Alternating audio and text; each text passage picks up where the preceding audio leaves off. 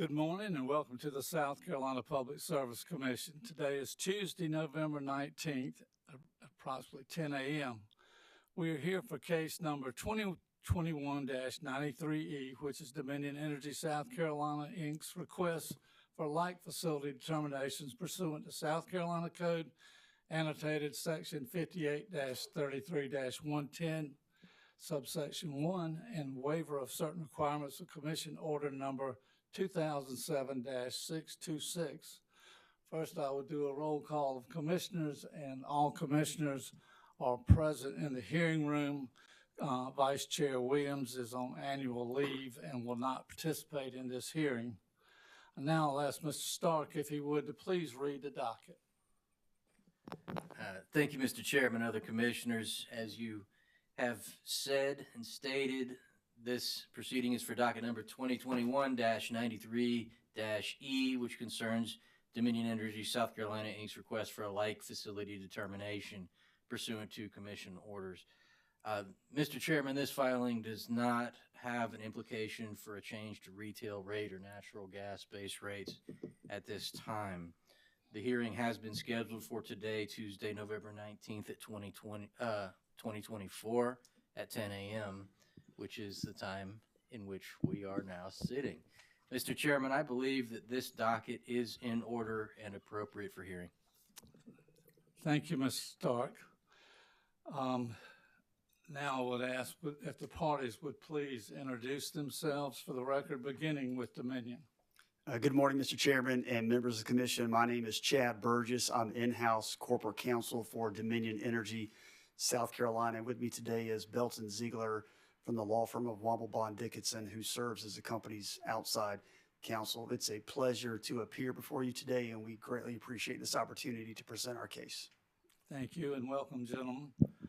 South Carolina Coastal Conservation League and Southern Alliance for Clean Energy. Good morning, Chair Powers. Kate Mixon on behalf of SACE and CCL. Thank you, Ms. Mixon. Carolina's Clean Energy Business Association. Chair Powers, member of the commission, this is Richard Witt for SECEBA. Thank you. Bright Night LLC.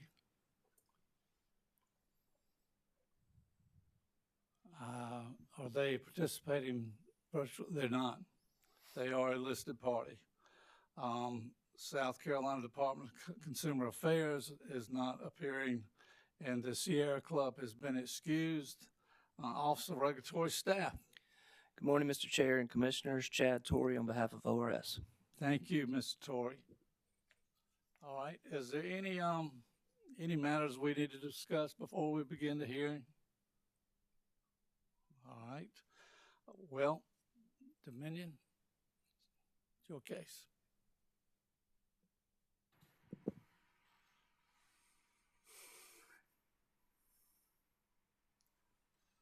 Dominion Energy would call to the stand Andrew Walker, Eric Bell, and Robert Lee. Come forward and be sworn.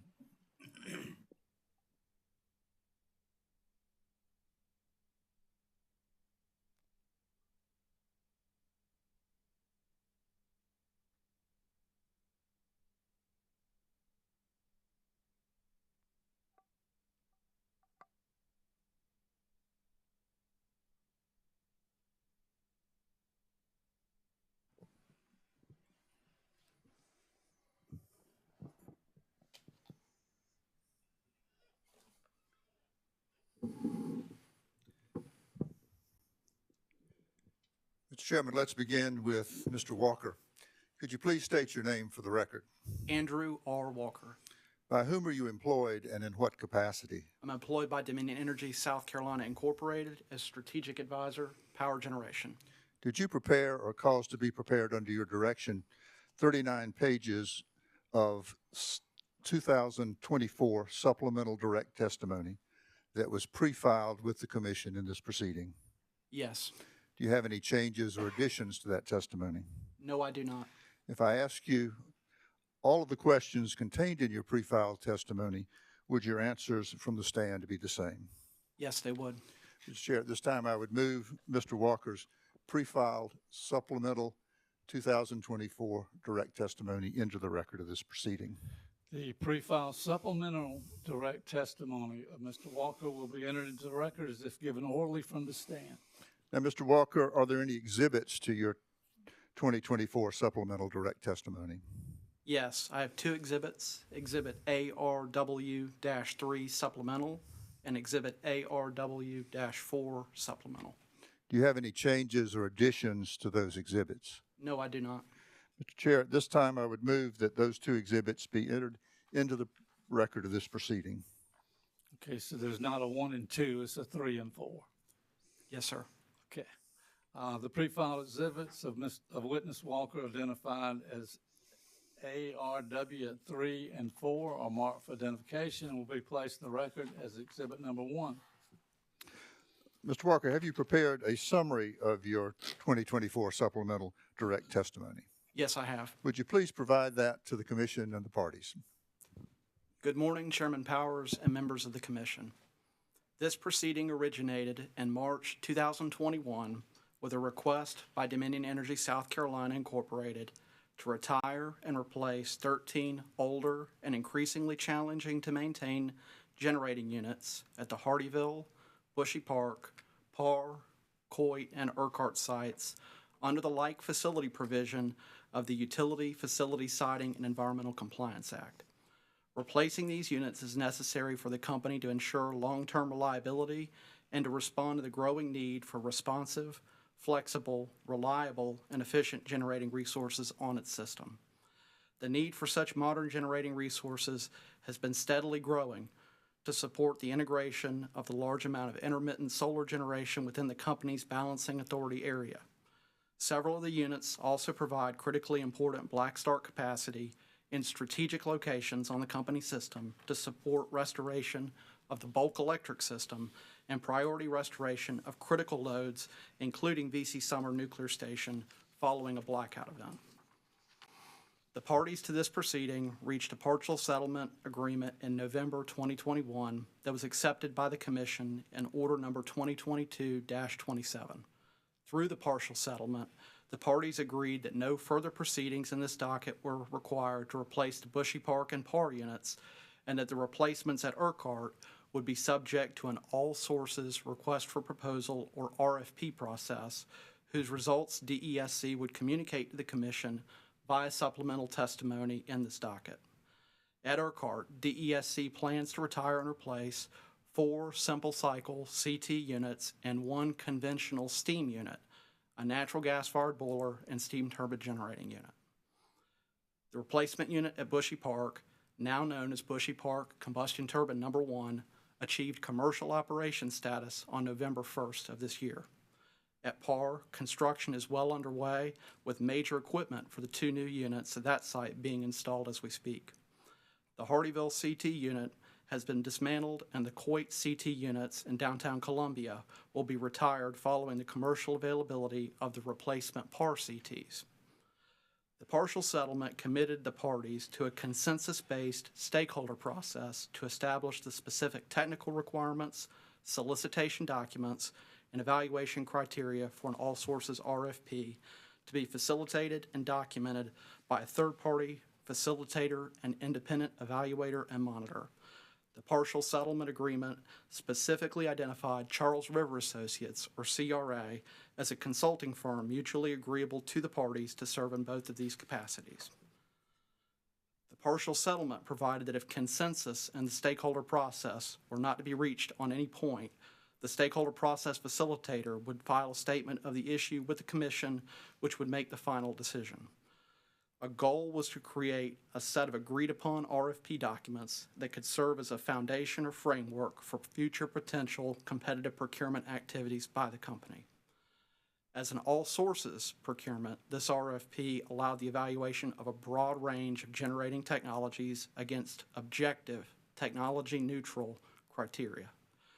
In February of 2022, CRA convened the first of 5 formal stakeholder engagement sessions that were conducted over the next 6 months. These formal sessions were supported by numerous exchanges of written comments on the design of the RFP process and the RFP documents themselves. Both DESC and the stakeholders agreed to important concessions to reach consensus, and CRA issued the 2023 RFP using the documents and criteria agreed to through this process without objection.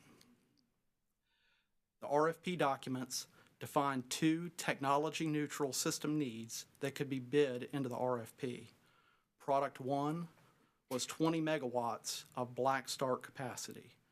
Product 2 of the RFP was 193 megawatts AC of net winter capacity based on the effective load carrying capacity, or ELCC, of the selected assets. It is difficult for intermittent resources like solar and energy-limited resources like battery energy storage to provide black start capacity cost-effectively or reliably.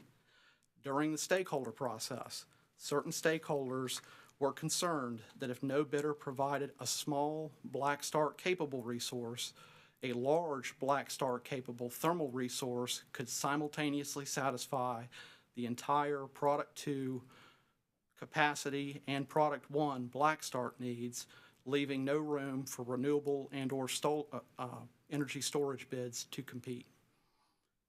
In response to these concerns, DESC agreed to have the Dominion Energy Project Construction Group offer a scalable self-build proposal for between 1 to 4 aeroderivative CT units, in addition to a self-build proposal for a single frame CT unit.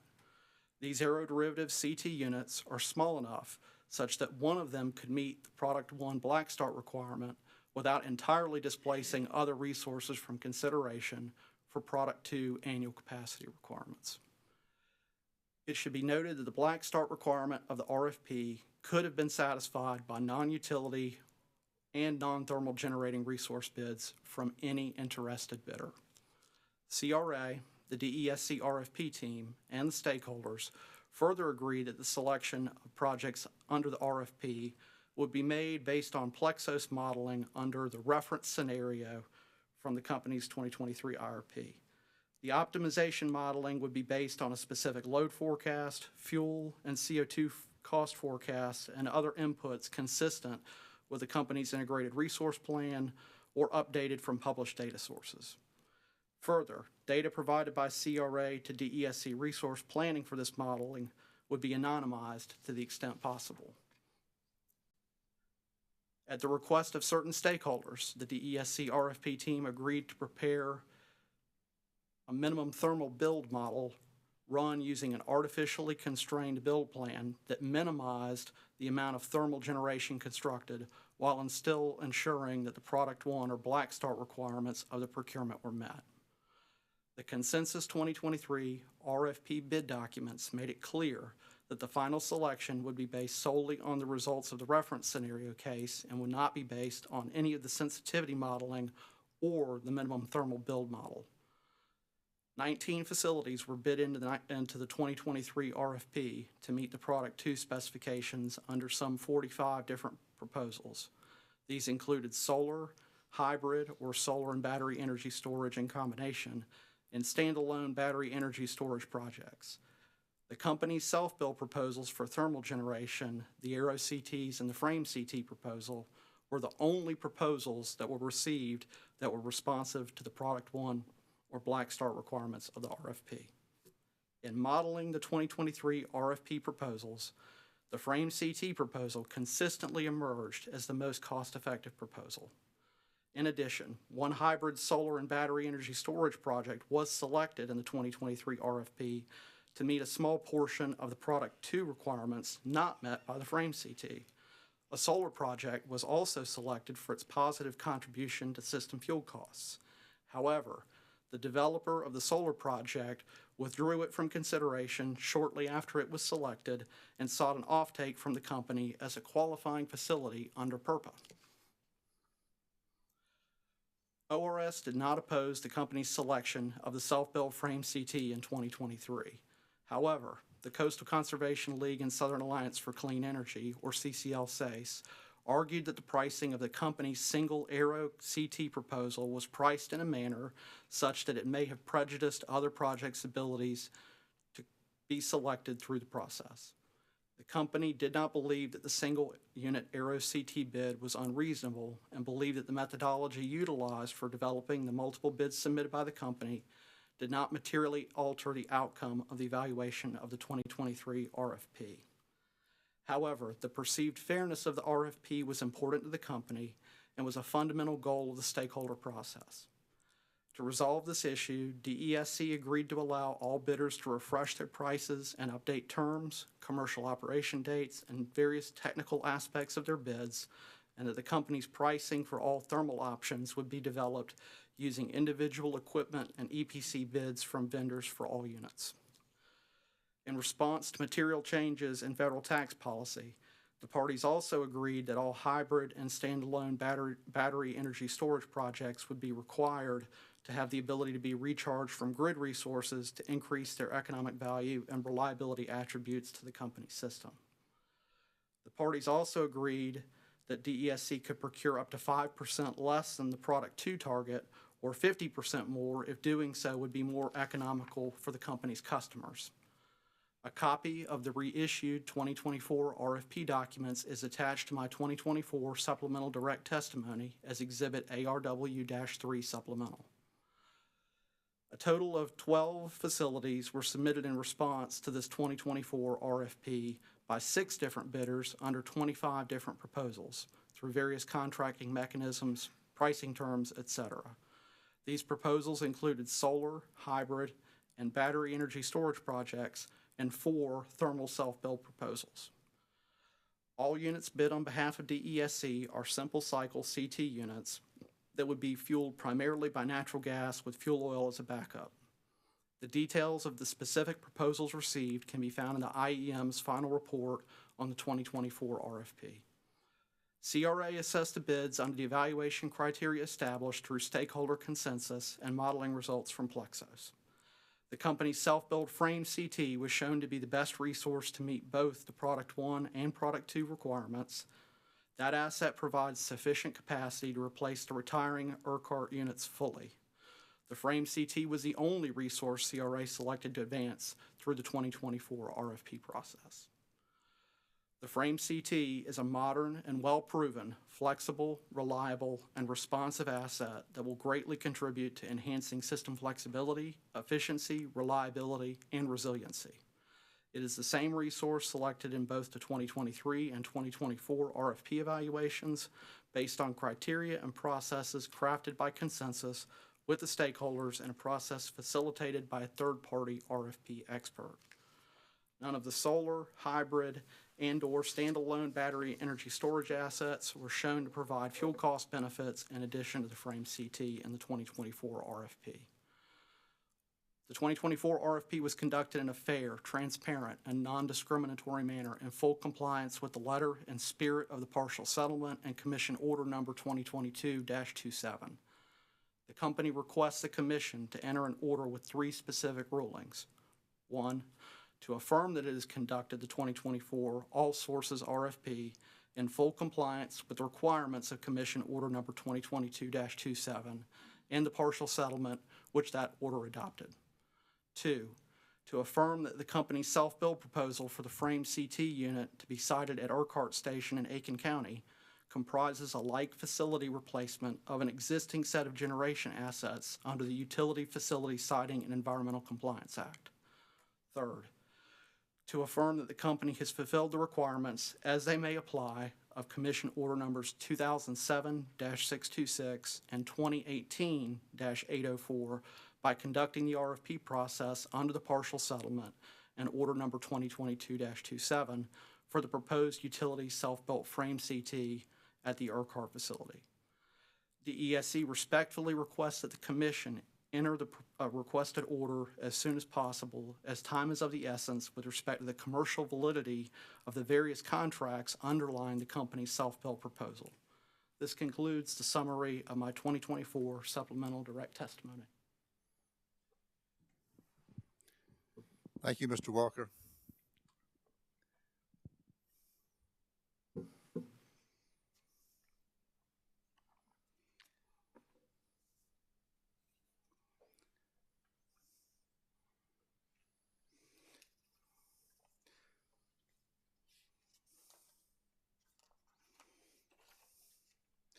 Mr. Walker, have you prepared or caused to be prepared under your direction 11 pages of 2024 supplemental rebuttal testimony that was pre-filed with the commission in this proceeding? Yes. Do you have any changes or additions to that testimony? No, I do not. If I ask you all the questions contained in that pre-filed testimony, would your answers be the same? Yes, they would. Mr. Chairman, at this time, I would move that the pre-filed 2024 supplemental rebuttal testimony of Mr. Walker be entered into the record as if given orally from the stand.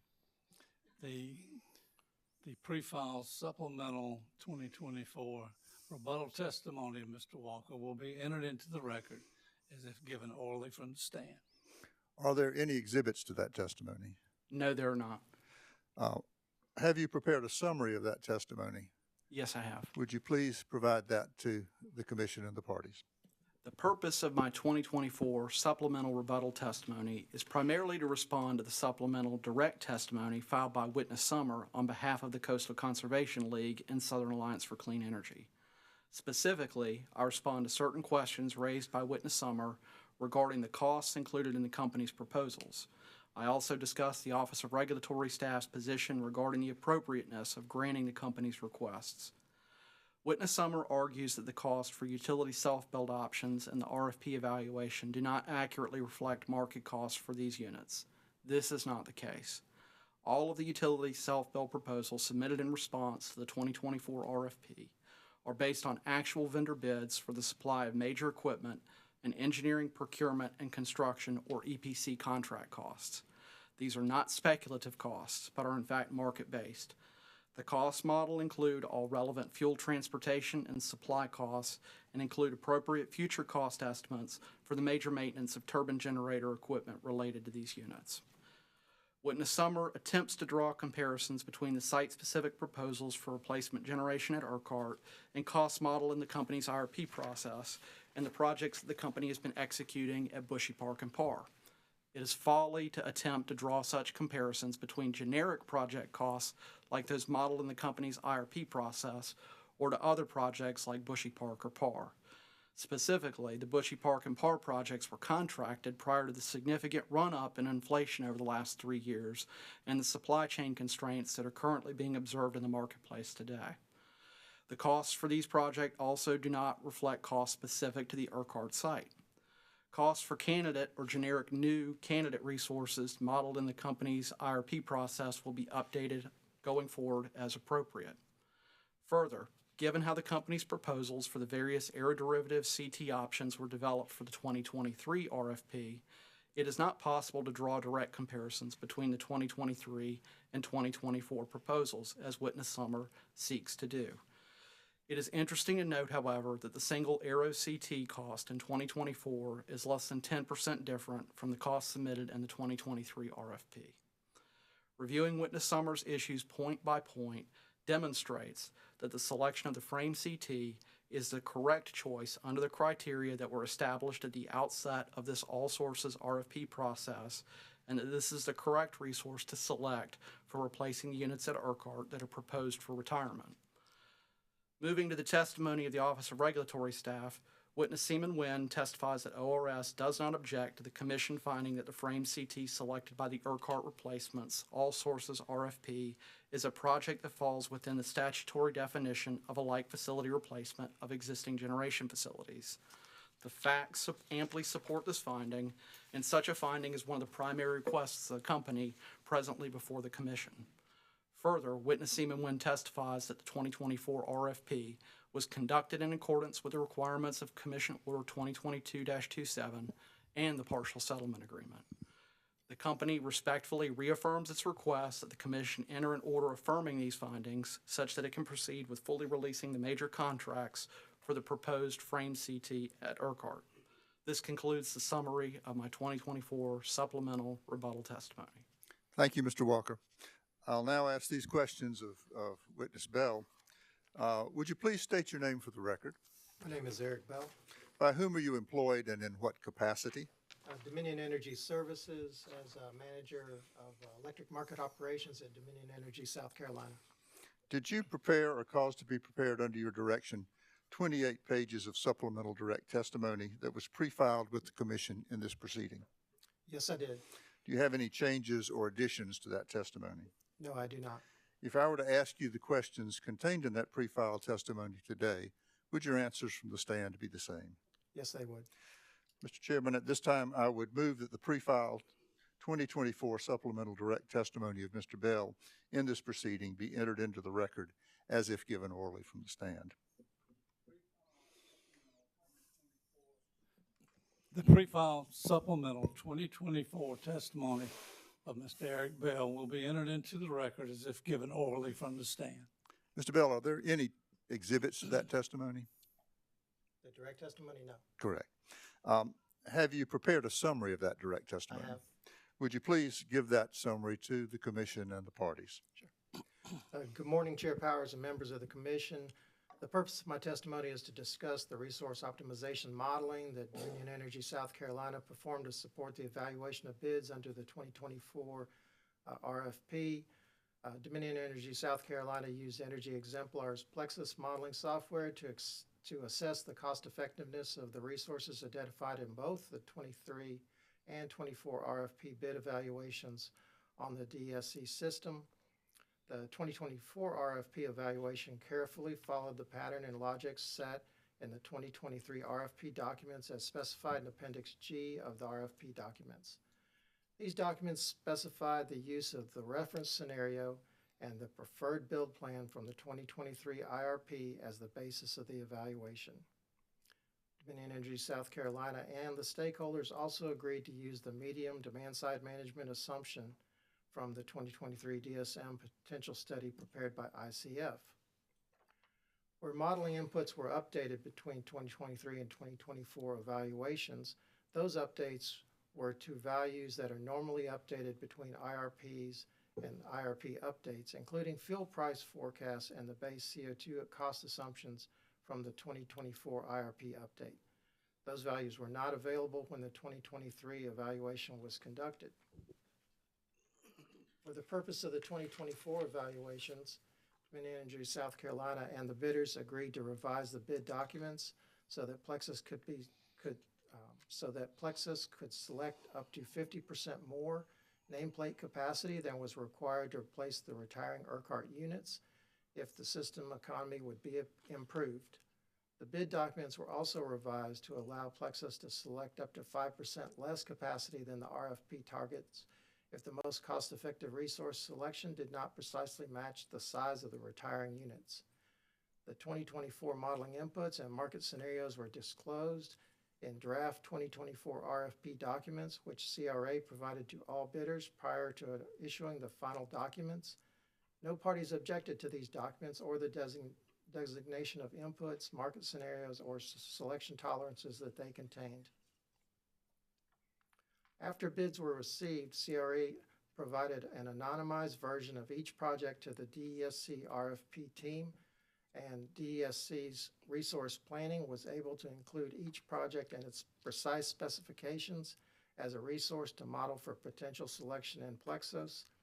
This allowed the potential benefit of each project to be evaluated on its own merits. The projects that were modeled are listed in Table 5 of the CRA final report. Plexus optimized the selection of candidate resources and selected the 199 megawatt AC frame CT as the resource that produces the least cost replacement portfolio. The frame CT meets the product 1 requirement because its black start capability is greater than 20 megawatts AC, and it also satisfies the product 2 requirements because its winter rating, less than ELCC adjustments, is 189 megawatts AC, which is 199 megawatts AC less 5%. No other projects individually or collectively could satisfy product 1 and 2 requirements as cost effectively as the frame CT. The modeling showed that none of the additional solar, hybrid, or battery resources bid into the 2024 RFP would reduce system costs if added to system resources in addition to the frame CT. During the stakeholder process, Dominion Energy South Carolina agreed to model 8 sensitivities in addition to the reference case to show how the selected resources would perform under different market and regulatory conditions related to the prices for natural gas, coal, and CO2 emissions. But the bid documents were clear that the award would be made based on the reference case evaluation only. In each of the sensitivities, Plexus selected the frame CT as the optimal resource. Modeling under these sensitivities also showed that none of the additional solar, hybrid, or battery resources bid into the 2024 RFP would reduce system costs if selected in addition to the frame CT. At the request of certain stakeholders, Dominion Energy South Carolina agreed to run a minimum thermal bid scenario as a specific sensitivity. Under the minimum thermal bid scenario, Plexus was instructed to select the Aero 1X resource at 56 megawatts AC, which was the smallest black start capable bid. And Plexus could only select non-fossil resources to supply the remaining capacity required. The resulting minimum thermal bid portfolio was not least cost and was not selected. It is important to note that this was an all sources RFP, and the technology neutral language allowed for any participant in the process, including third-party developers, to propose a resource to meet the black start requirements of the procurement. In the end, no third party provided a separate black start capable bid, and the new cost for the Aero 1X CT did not result in a changed outcome of the 2024 evaluation. In closing, I support the requests of the Commission in the 2024 supplemental direct testimony of Mr. Walker. This concludes my summary.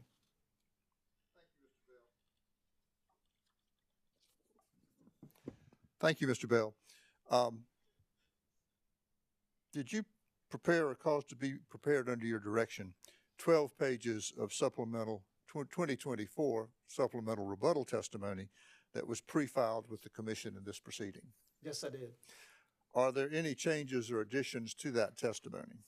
No, there's not.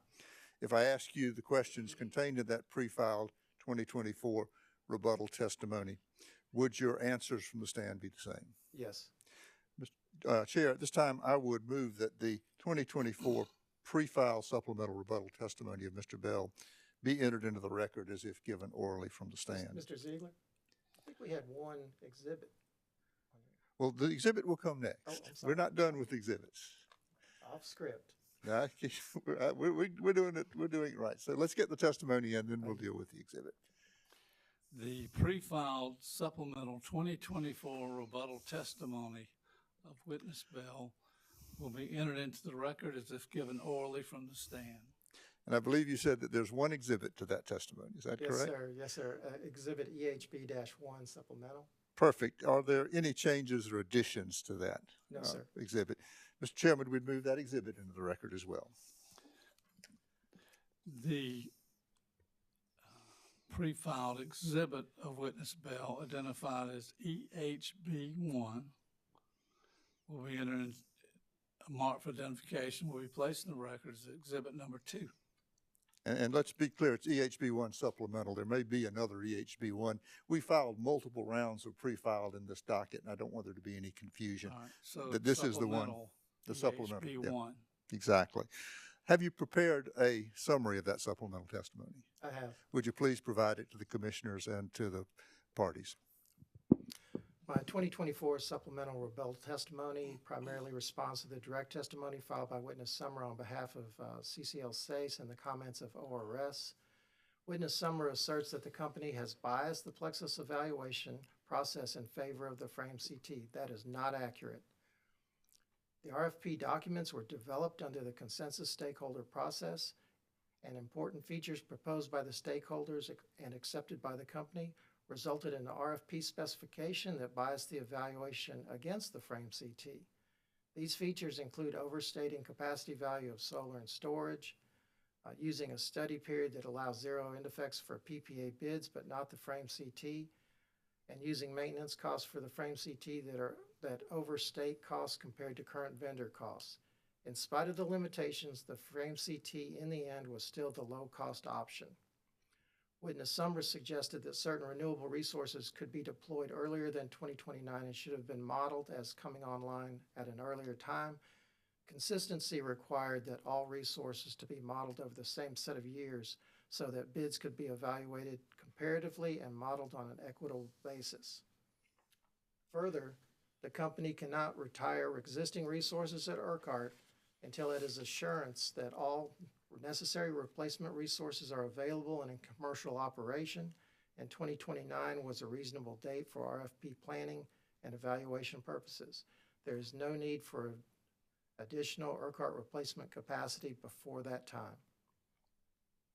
In regard to end effects, Plexus modeled the resources bid into the RFP over the 20-year period, 2029 to 2048, which matches precisely the contracting period of the renewable and storage resource proposals submitted into the RFP.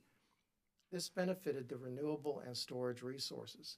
The model did not need to take into account the cost of replacing those resources at the end of their 20-year life, so a decision about the type of replacement and cost was avoided. The Plexus modeling, however, considered the end effects of the CT selections, counting the ongoing costs beyond the study period. Witness Summer pointed out that the unintentional omission of allowance for funds used during construction, or AFUDC, for the utility build self-options in the RFP modeling.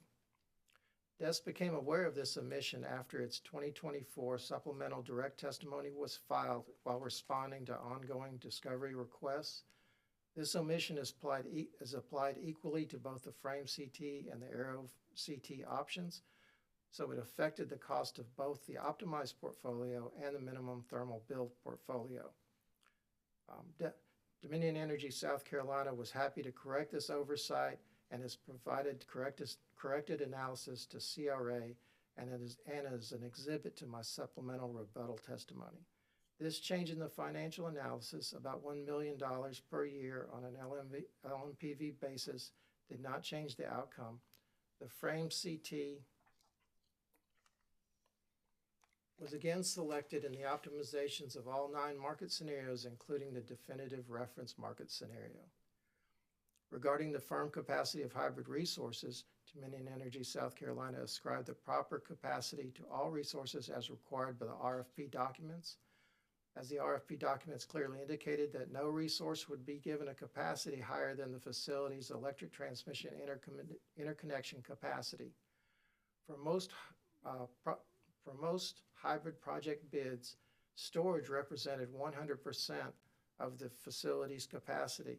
And because the RFP documents require a 100% ELCC value to be placed on the storage, where the storage was valued at 100%, it was not possible to ascribe additional capacity to the solar without exceeding the interconnection limit for the project.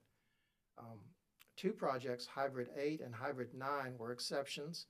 In those cases, the storage component was less than 100% of the solar capacity, and the additional capacity value was allocated to the project based on the solar portion. In closing, I support the request of the Commission and the 2024 supplemental direct testimony of Mr. Walker on behalf of the company. This concludes the summary of my 2024 supplemental rebuttal testimony. Thank you, Mr. Bell. I'll now ask these questions to Witness Lee. Could you please state your name for the record? My name's Robert J. Lee. By whom are you employed and in what capacity? I'm a vice president at Charles River Associates in Boston in their energy practice. Did you prepare or cause to be prepared under your direction 33 pages of 2024 supplemental direct testimony that has been pre-filed with the Commission in this proceeding? I did, yes. Do you have any changes or additions to that testimony? No, I do not. If I were to ask you the questions contained in your pre-filed 2024 supplemental direct testimony today, would your answers from the stand be the same? Yes, they would. Chair Powers, at this time I would move the 2024 supplemental direct testimony of Mr. Lee be entered into the record of this proceeding as if given orally from the stand. The pre-file supplemental 2024 direct testimony of Mr. Lee will be entered into the record as if given orally from the stand. And Mr. Lee, are there any exhibits to your 2024 supplemental direct testimony? Yes, there are. What are those exhibits? If I were to suggest that they're exhibits, RLJ 4 supplemental, RLJ 5 supplemental, and RLJ 6 supplemental. Would that be correct? Yes, it would. Apologies for leading the witness, but I think that's a good way to do Nobody it. objected. Do you have any changes or additions to those exhibits? No, I do not. Mr. Chair, at this time I would move exhibit RLJ 4, RLJ 5, and RLJ 6, all supplemental, into the record of this proceeding. The pre-filed exhibits of witness Lee identified as RLJ 4, 5, and 6 are marked for identification will be placed in the record as exhibit number 3. Thank you. Have you prepared, Mr. Lee, a summary of your direct supplemental testimony? Yes, I have. Would you please provide that to the commission and the parties? Yes. Good morning, Chairman Powers and members of the commission. The purpose of my supplemental direct testimony is to describe the stakeholder and RFP processes and CRA's assessment and finding related to the RFP. Under the terms of the partial settlement agreement entered into in docket number 2021-93-E and approved by the Commission in order number 2022-27, Dominion Energy South Carolina retained CRA to serve as the independent evaluator and monitor for the all sources request for the proposals issued by DESC in December 2022 to replace certain generation assets of the company at the company's Urquhart station, located in Aiken County, South Carolina. CRA continued to serve as the IEM for the 2023 RFP reissuance. As part of that role, CRA facilitated the associated stakeholder process related to the RFP design and administered the RFP. The RFP was divided into 2 products. The first, approximately 20 megawatts AC of black start capable capacity that was required to be directly interconnected at the 115 or 230 kV transmission level to the company's transmission system at DESC's Urquhart site to support reliability needs in that region. That's product 1. The second product is 193 megawatts AC of annual capacity product, which could be connected at the distribution or transmission level anywhere within the DESC balancing authority area. The documents and processes for the RFP were designed through a collaborative stakeholder process as envisioned by the partial settlement. The stakeholder process produced a package of RFP documents that clearly established the bid requirements and the technology-neutral evaluation criteria and processes to be used in making selections. These RFP documents are an exhibit to the 2024 supplemental direct testimony of Mr. Andrew Walker. The minutes and other materials shared in the stakeholder process are attached to my testimony as Exhibit RJL 4 supplemental. The RFP bid evaluation process, by agreement with stakeholders, included 2 phases to be conducted in parallel. In Phase 1, after having excluded non-conforming bids, CRA evaluated individual projects based on economic and non-economic factors using criteria agreed to by the stakeholders in advance of the bidding. This was the project-level evaluation. At the same time, DESC's Resource Planning Group conducted a Phase 2 portfolio-level optimization using its Plexos resource optimization software to identify the resources that could most economically supply the required product attributes of the RFP, and they were agreed to by stakeholders. This was the portfolio evaluation. Details regarding the portfolio evaluation are provided in the supplemental direct testimony of Mr. Eric Bell.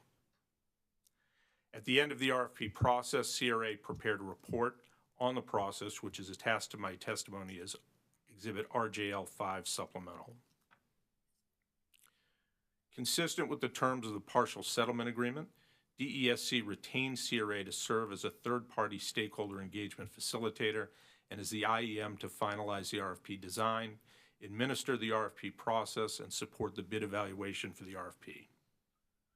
Pursuant to CRA's scope of work as the stakeholder engagement facilitator, CRA led the RFP stakeholder engagement process, ensuring that it was conducted in a fair and transparent manner, that stakeholders were given ample opportunities to raise issues and concerns, and that input was carefully considered and when appropriate and feasible, was incorporated into the competitive procurement process design and the RFP documents.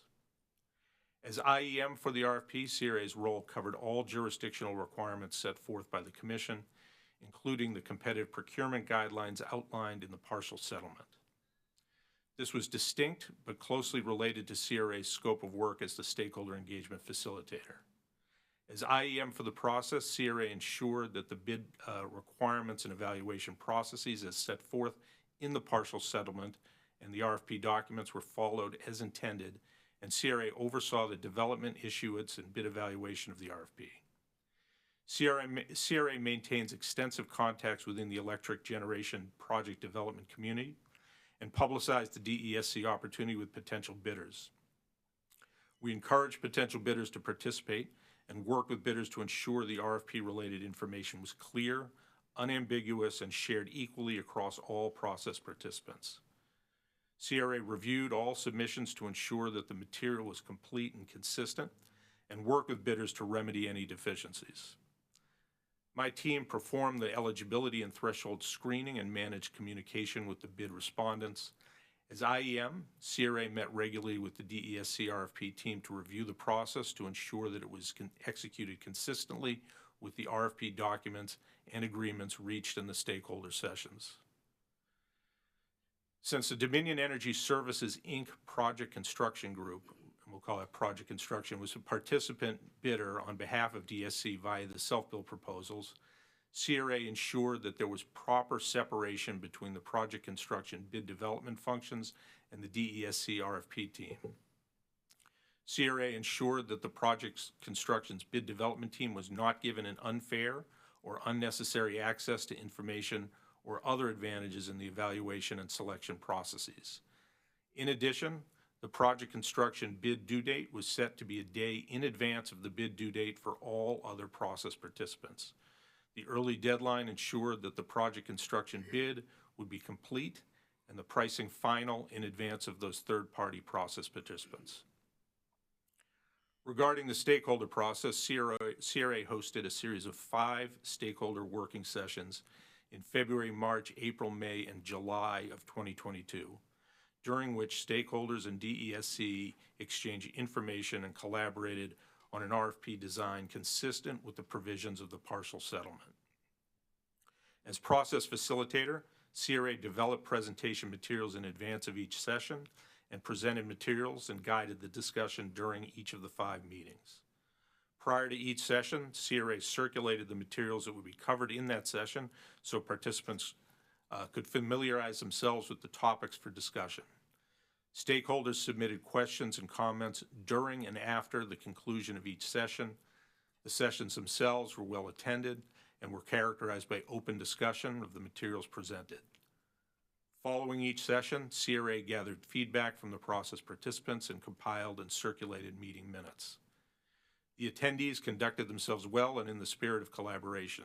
The goal was not only to develop the framework for this competitive procurement process under the partial settlement, but also to establish a blueprint that could be utilized for future solicitations by the company.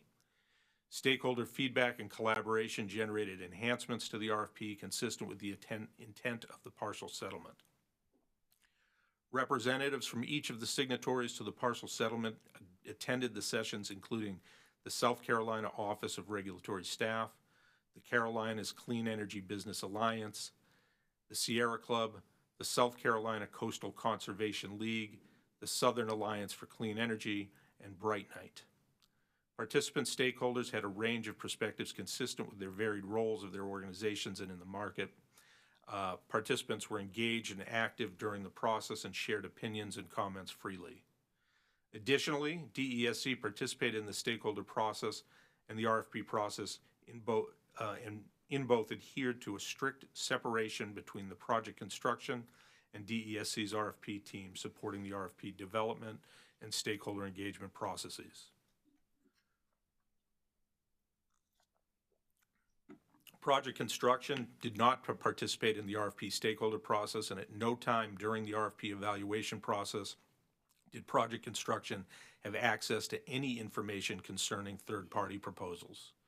CRA ensured that proper communication protocols were followed and appropriately limited the flow of information about third-party bids to DESC. During the evaluation process, DESC only received information that was required to help evaluate proposals. The stakeholder process elicited constructive feedback from process participants on a range of RFP design, participation requirements, and evaluation considerations. As would be expected from a diverse group of stakeholders, there was a wide range of issues reviewed and discussed. A list of the specific changes that were made to the RFP process as a direct result of stakeholder feedback is provided in my 2024 supplemental direct testimony. In some cases, CRA and DESC were not able to accommodate all suggestions received. Feedback received from stakeholders may have been inconsistent or mutually exclusive with other comments received from other stakeholders. In other cases, proposed process adjustments would have resulted in an unlevel playing field among bidders and technologies. Nevertheless, the stakeholder process was directly responsible for improvements that, in the view of CRA, both as the stakeholder process facilitator and as IEM for the RFP, improved the RFP's accessibility for bidders and set the stage for greater competition in the bidding and greater transparency in the process.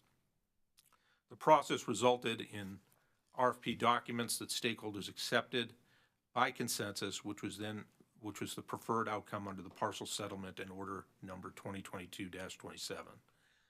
Based on CRA's experience in the stakeholder process, the RFP design and RFP documents were consistent with the expectations expressed in the partial settlement and order for the stakeholder process, and were fully in line with industry best practices for an all sources type RFP. The RFP documents and the level of information provided to participating bidders conforms to industry standards for other RFP processes conducted by CRA on behalf of utilities in the United States. Stakeholders were provided drafts of all the RFP documents during the final stakeholder session and were afforded the opportunity to object to any process rules or documents prior to the release of the RFP. No material objections were received from the stakeholders at that time. Following the final stakeholder session, signatories to the partial settlement were notified in writing of a Wednesday, August 10th, 2022 deadline to notify CRA of any objections to the issuance of the Urquhart Replacements All Sources RFP under the RFP documents as proposed. No such objections were received, indicating that consensus had been reached. CRA believes that the stakeholder process and RFP documents and design met both the letter and spirit of the partial settlement, and that consensus on the process and RFP documents was reached.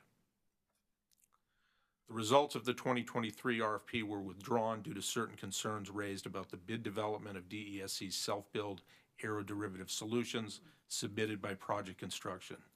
The RFP was reissued on December 22nd, 2023, with the 2024 RFP open only to projects submitted in the initial 2023 RFP. The 2024 RFP is a continuation of the 2023 RFP and was still conducted in accordance with the partial settlement agreement. Through the stakeholder process and to accommodate prospective bidders, the RFP timeline and schedule was structured to correspond to key milestones and deadlines in the company's electric transmission interconnection process. In CRA's judgment, the schedule was bidder-friendly, encouraged accurate pricing, and allowed bidders more time than may be considered industry standard for similar RFP processes. Prospective bidders had the option to provide a non-binding notice of intent by January 12, 2024, which allowed them to notify the IEM of their interest in resubmitting and repricing their bids for the 2024 RFP. CRA received notices of intent from 7 prospective bidders, including Project Construction. 6 prospective third-party bidders submitted pre-qualification applications. 6 of the 7 pre-qualified bidders submitted proposals into the 2024 RFP. After the proposals were received by the IEM, they were screened for completeness against threshold requirements, and bidders were afforded an opportunity to cure any noted deficiencies. Table 1 of my supplemental direct testimony details the threshold requirements for participation in the RFP for different resource types and the applicable products in the RFP. The requirements remain unchanged from the 2023 RFP with the exception of an extension for the in-service due date of facilities and the addition of a grid charging requirement for storage, for the storage component of hybrid products. As was discussed during the stakeholder process, DESC would only accept bids to meet the Black Start requirement for a direct utility ownership via self-build or build transfer arrangement. The company was clear that for reliability reasons, the company could not accept third-party ownership of the critical Black Start resource. This would not, however, preclude third parties from offering proposals to supply projects that met the RFP Product 1 requirements on a BTA basis. Ultimately, DESC, through its project construction group, was the only bidder to submit proposals responsive to the RFP Product 1 need under the RFP. A total of 12 projects were submitted into the RFP by 6 different bidders. These facilities were bid under 25 different proposals reflecting a range of contracting mechanisms and other specific parameters. The utility self-build thermal facilities were the only proposals that met the specifications for both Product 1 and Product 2 in the RFP. The rest of the facilities met or intended to meet the Product 2 specification and did not meet the Product 1 specifications. Table 2 from CRA's final report on the RFP lists the bid counts by resource type, number of respondents, and number of projects and facilities. CRA initially evaluated the proposals for completeness to ensure compliance with the requirements of the solicitation. All 12 projects submitted in the reissuance met the eligibility and threshold requirements of the RFP and were advanced for final review and ranking. The evaluation proceeded in 2 concurrent phases, a project-level review phase and a portfolio analysis phase. The project-level review was conducted independently by CRA and considered levelized cost of capacity per ELCC adjusted capacity, as well as certain non-price qualitative factors as described in the RFP documents. The portfolio analysis phase of the evaluation process was a collaborative effort between CRA and DESC Resource Planning using the company's Plexos resource optimization modeling software. The Plexos modeling was conducted by DESC with oversight and resource inputs provided by CRA. This is discussed in more detail in the testimony of Mr. Bell on behalf of DESC. The intent of the project-level review was to rank order qualified individual projects within a similar asset class to identify the top-ranking projects to be individually selected following the portfolio analysis review phase. The final score in the project-level review for each proposal was the sum of the score from the LCOC-driven economic evaluation and the score from the qualitative non-price criteria evaluation. The economic evaluation conducted by CRA was based on an LCOC per megawatt AC of accredited capacity using the ELCC methodology outlined in the RFP. Table 4 summarizes the LCOC and non-price criteria and provides the scoring matrix used for project-level review. The scores assigned to each proposal during the project-level review are shown in Exhibit RJL6 Supplemental.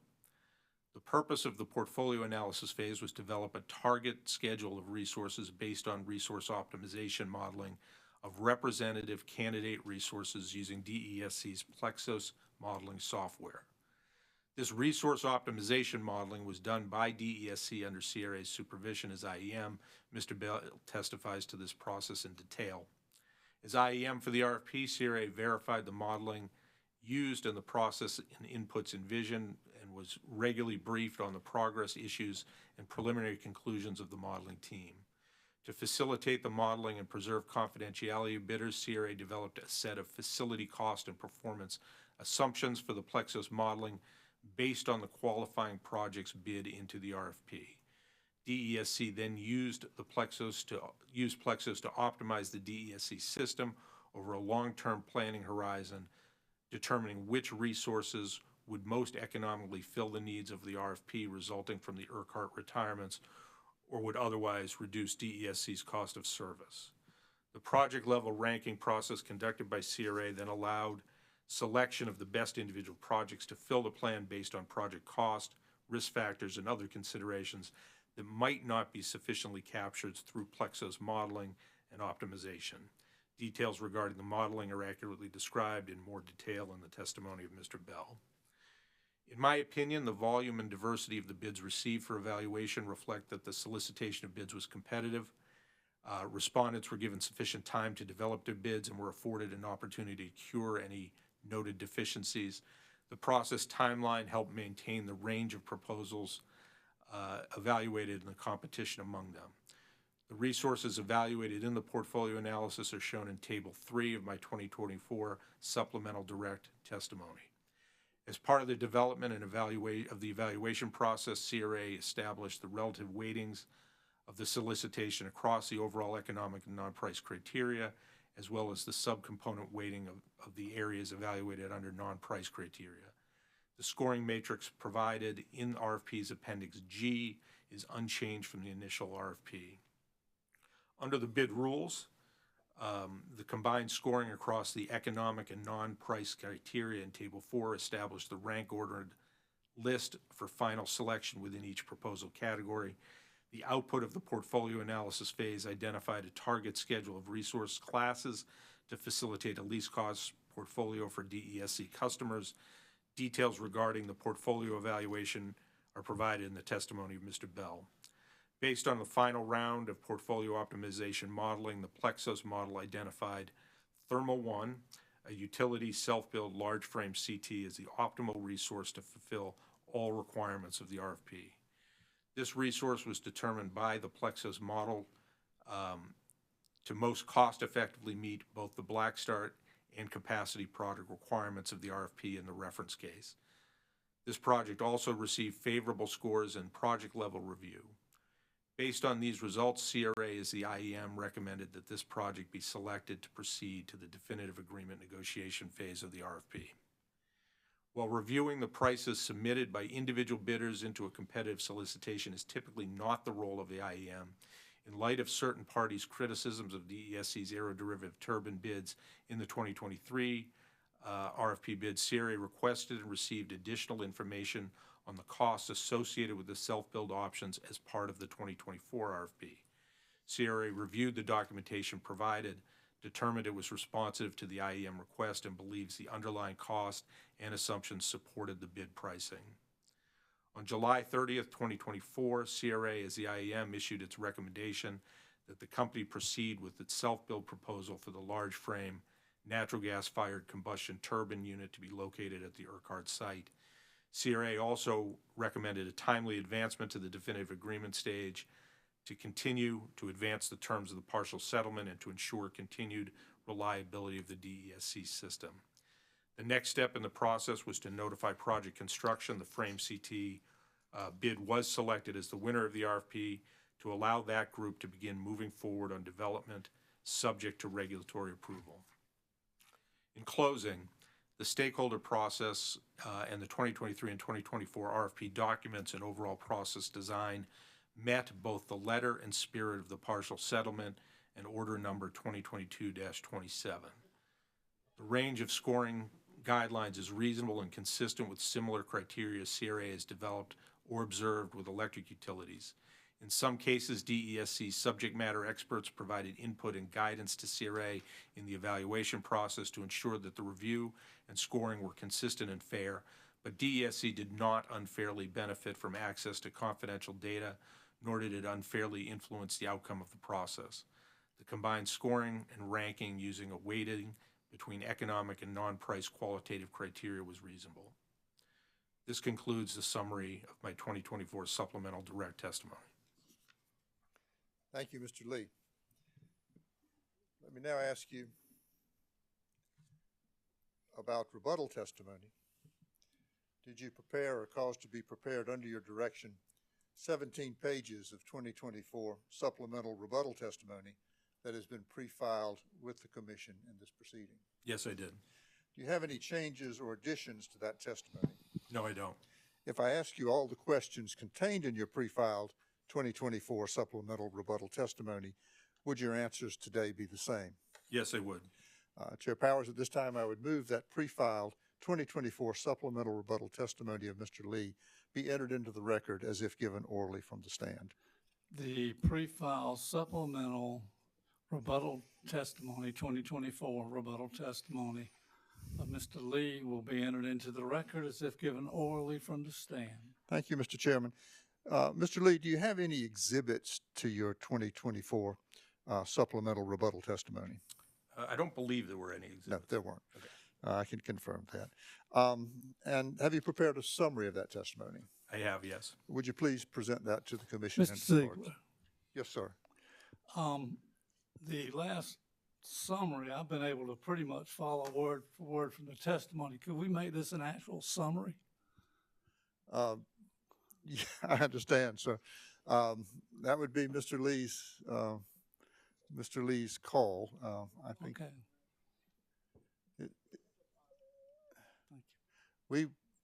Mr. Chairman, as you understand, one of the challenges we have is to prove that this process worked Yes. as intended. Yes, I mean, we have the testimony. I understand.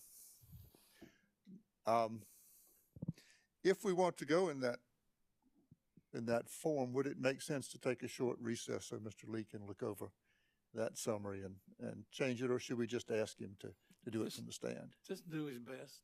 Okay. Very good. I'm providing my 2024 supplemental rebuttal testimony in response to testimony submitted on behalf of the Southern Alliance for Clean Energy and South Carolina Coastal Conservation League, collectively CCL SACE, witness Anna Summer.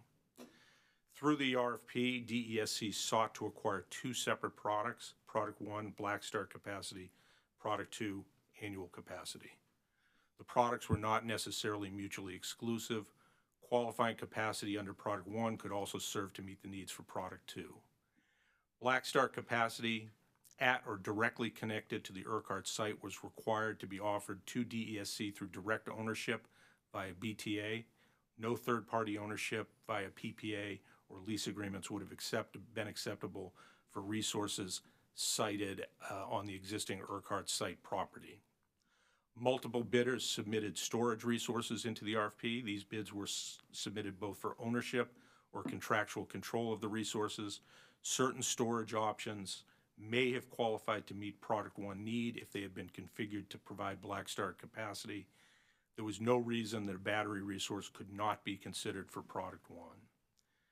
The RFP documents were clear. Third-party bidders could bid resources to be built at the Urquhart site.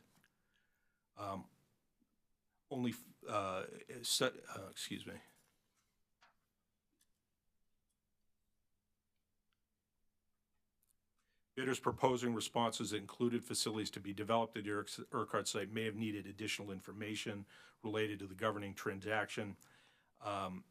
Such information was not posted to the public information website, but was made available and made clear to bidders that it would be made available to bidders upon request if they were submitting an ownership bid at the Urquhart site.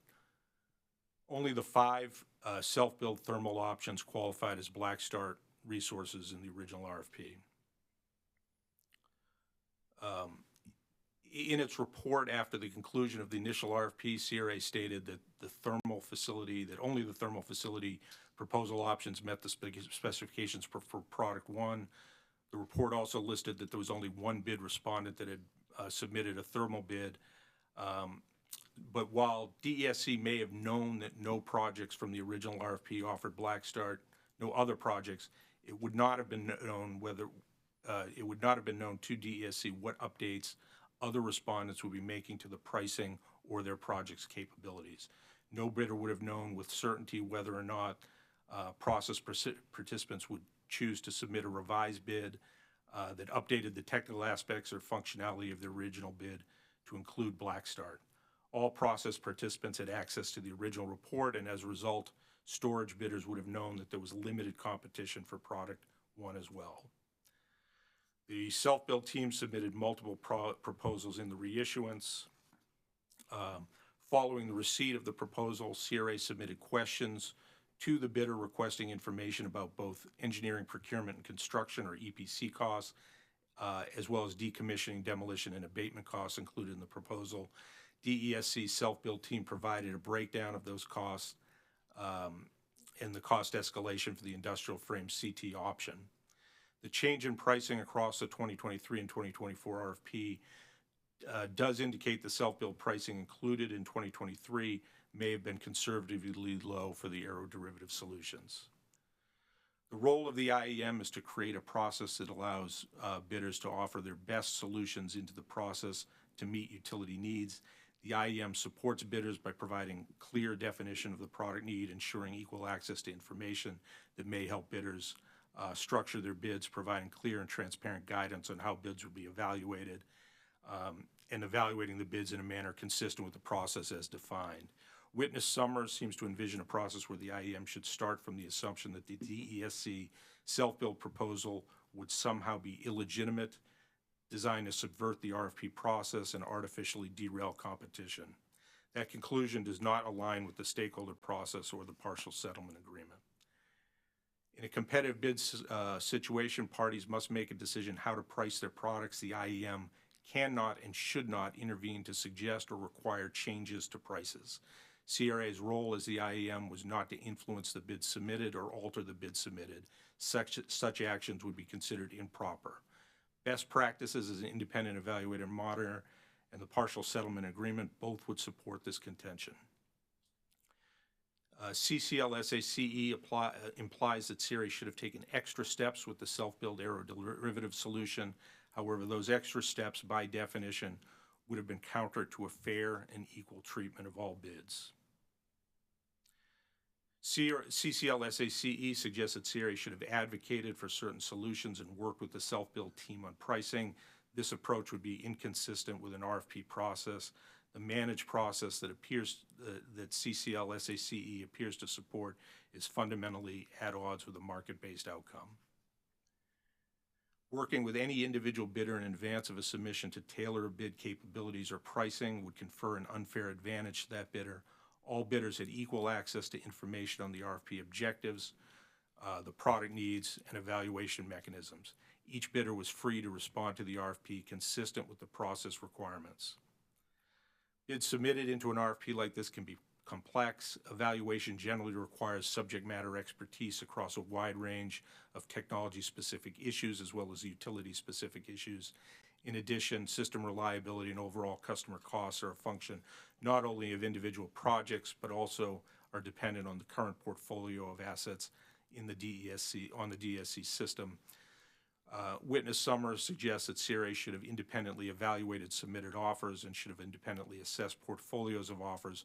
Fully outsourcing evaluation to a third party would be impractical and counter to customer interest because no third party can understand the wide range of issues impacting the value of bids submitted into an RFP like this.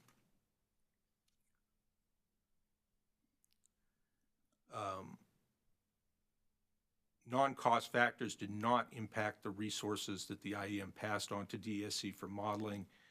Introducing non-cost factors into the portfolio modeling would have been improper and counter to the objective of process transparency.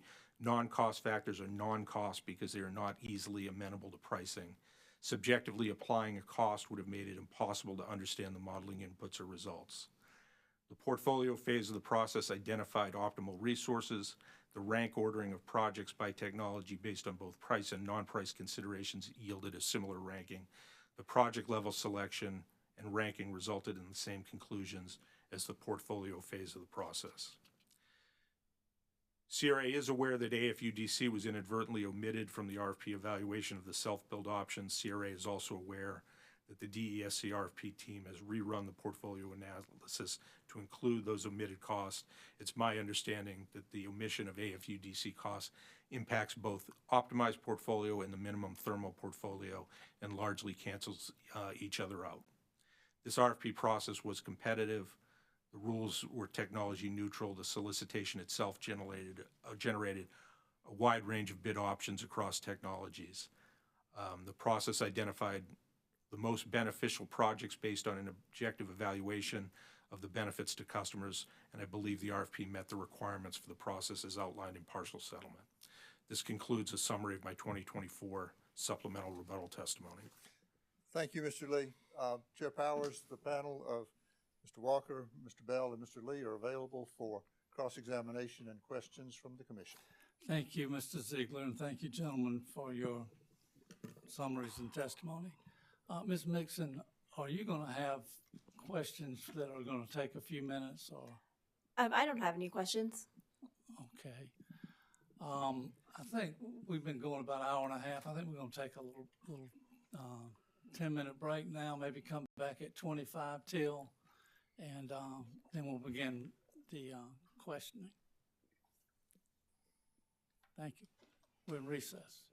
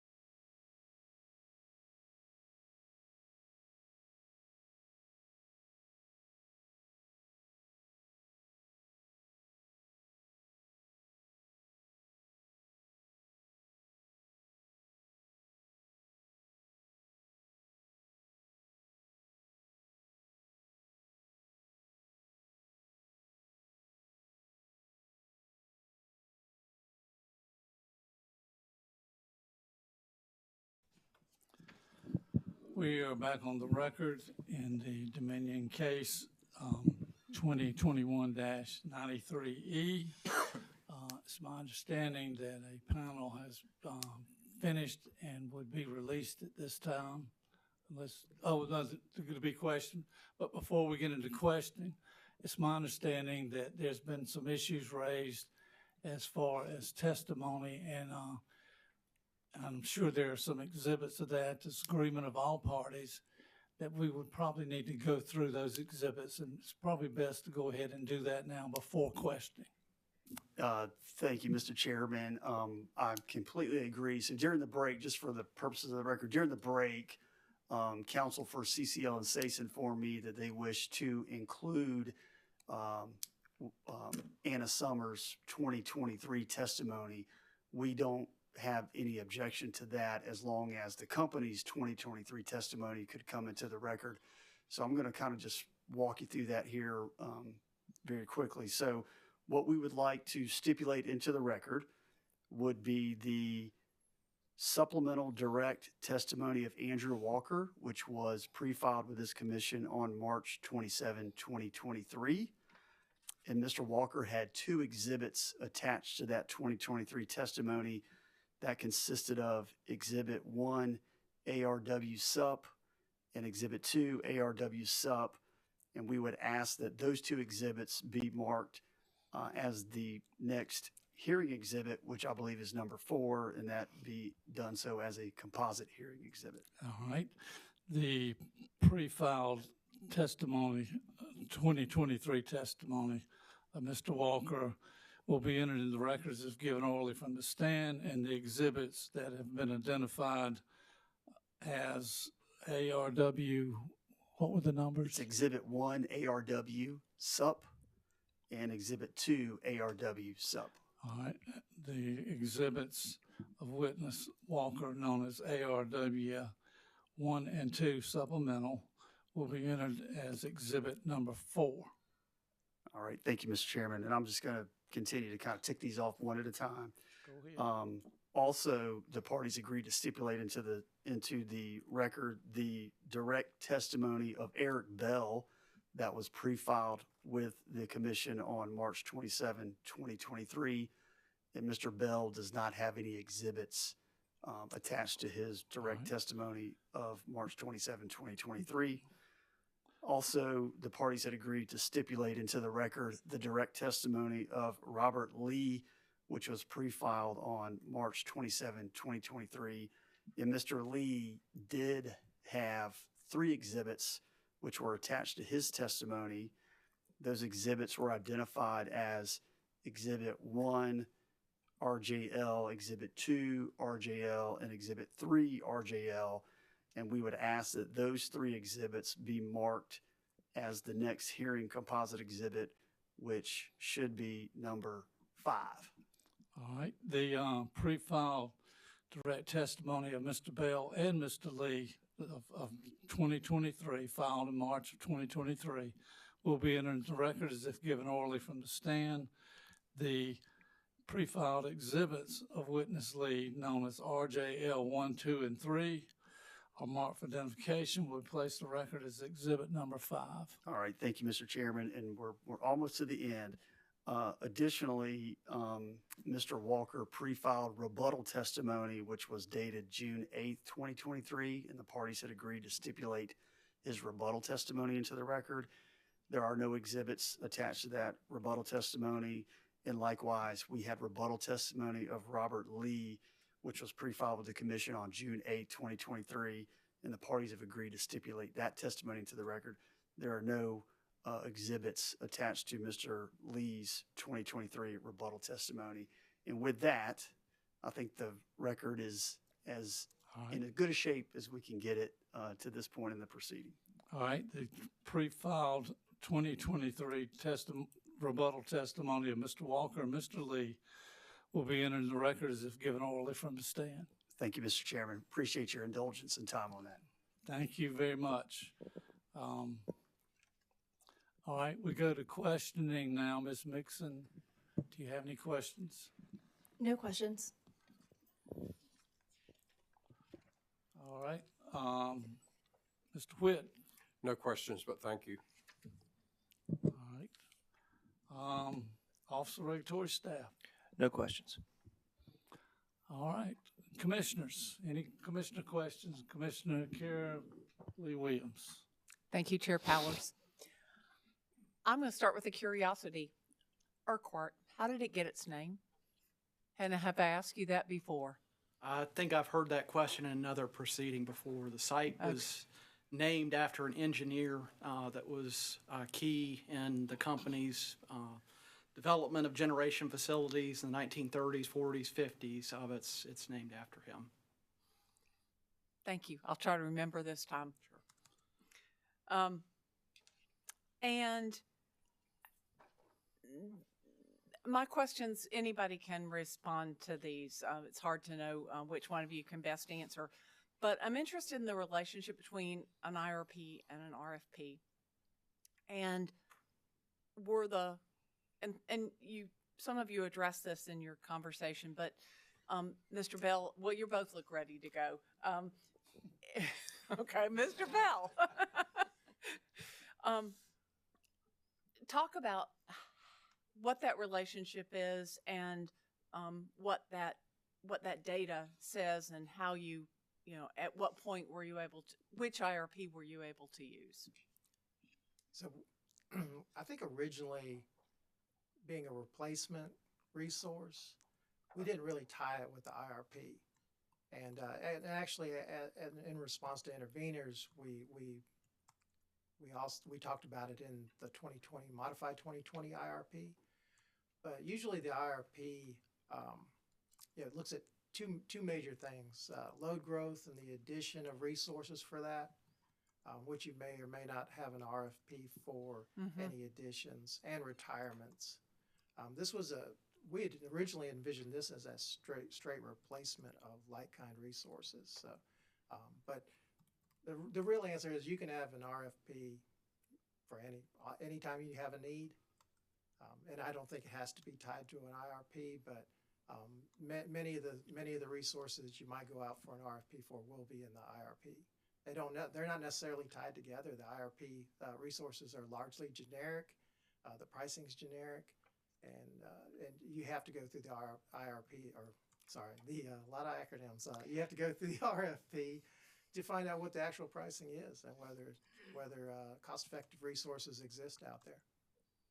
And I'll just add to Mr. Bell's response of, if you look back in the history of this docket of the company's original proposal in 2021 came forward right around the time of the 2020 IRP filing, the company's first IRP under Act 62. So there were two things going on in parallel. There was an identification of a need as well as development of an IRP that was addressed over time in the modified 2020 IRP of modeling these replacements to some extent, I believe, as well as subsequently in the company's IRP updates to 2023 IRP. But I think holistically, the IRP is the planning document that identifies long-term needs of the RFP is the actual process to go execute upon that. But here, this being essentially a replacement request, a direct one-for-one replacement in the original request and that timing with when the first 2020 IRP was going on, those were going on simultaneously. There were, I think, some allegations that the company had something to hide at that point that is just categorically false, that were made by some parties at some points in the lead up to the 2020 IRP proceeding of this concept for peaking modernization, as we've called it internally, for replacing units at the Bush Park, Parr, and Urquhart sites. The concept was originally developed in late 2019 and only really became a fully formed regulatory proposal with the filing in 2021. Thank you.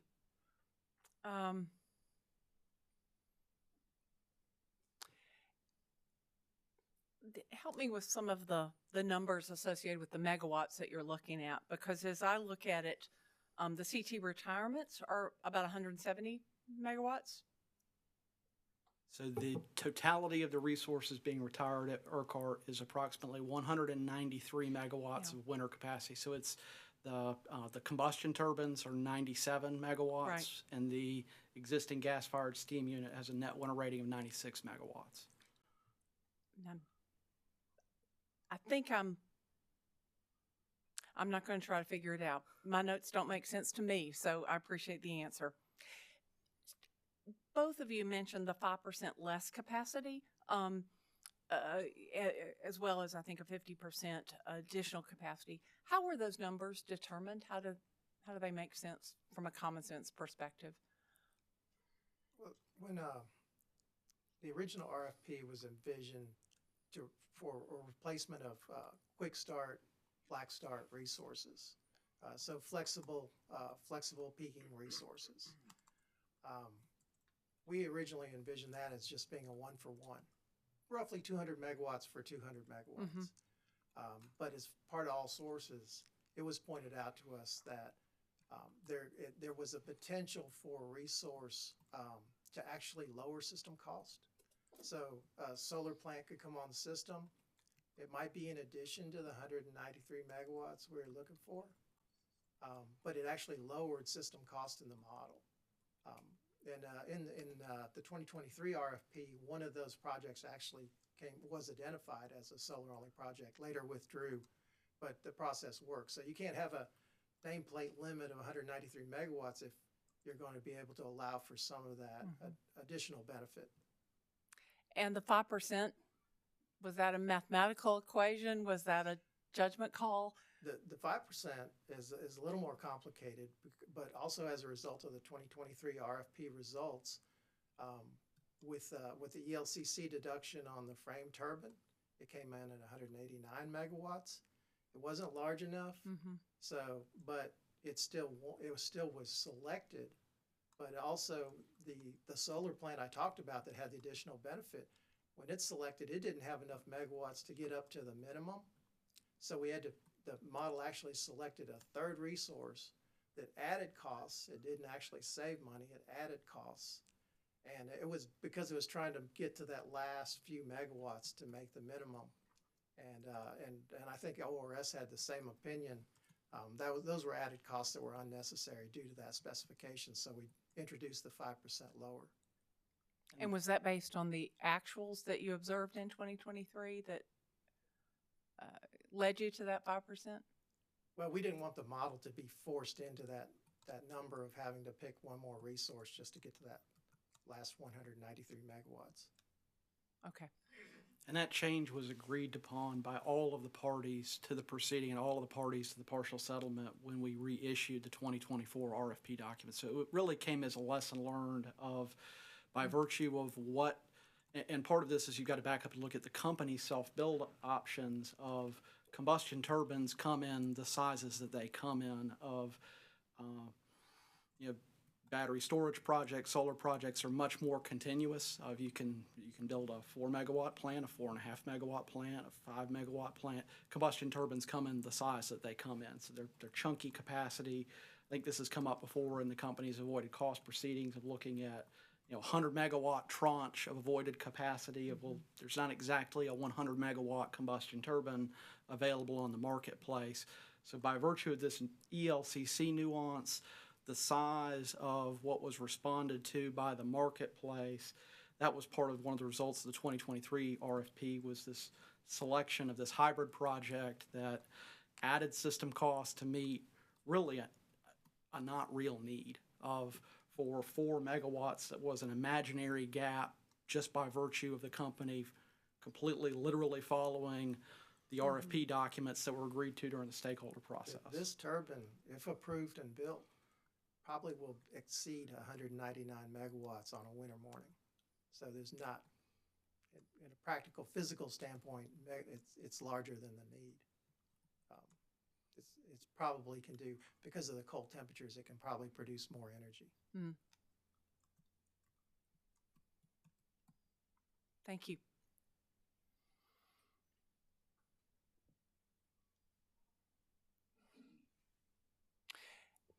In Witness Summers' direct testimony, she states that the EIA 2023 annual energy outlook released in March of this year estimates the cost for Aero CTs at $1,428 per kilowatt. Her chart on the same page shows that EIA's figures are much lower than the bidding results in the RFP. Would you talk about what contributed to the higher prices? I know you've done some of that, but as it relates to the EIA data? Sure. I think it's important when looking at comparisons to generic cost set like EIA data. 2023 EIA data is probably based off of 2022 actuals. So there has been a tremendous, as everyone I think is well aware, tremendous amount of inflation over the last 3 years, tremendous supply chain constraints for this equipment. Aeroderivative combustion turbines are in exceptional demand, as are frame combustion turbines, as well as the balance of plant equipment associated with them. And if you look in the EPC costs of the company self-build proposals, that demand is reflected in those BOP equipment costs of electrical switchgear, transformers, breakers, emergency diesel generators, of various pieces of specialty equipment that are in demand not just for power generation, but are in demand for manufacturing facilities, with onshoring due to the IRA, of the explosive growth of data centers, not just in the Southeast, but across the country. They all require this type of equipment, driving supply chain constraints, driving costs up. That's not going to be reflected in a 2023 EIA data set. Yeah, I'd also mention the frame CT bid was significantly above what the EIA estimate of a frame CT would cost. And we've been doing these RFP in a lot of different jurisdictions in the last few years, and you just see we've seen prices marching up pretty rapidly due to inflation, supply chain issues, demand on the renewable side, demand created by the IRA. So I think the pricing you see in those third-party resources, while EIA is a good resource, and at CRA we use it quite a bit, I don't think they really are reflective of what the market's at right now. Thank you. It's a good example of where I didn't know what the answer would be, and it was enlightening, and added some details that, when people talk about supply chain and talk about inflation, the reality of things like data centers, hit home that detail. So thank you.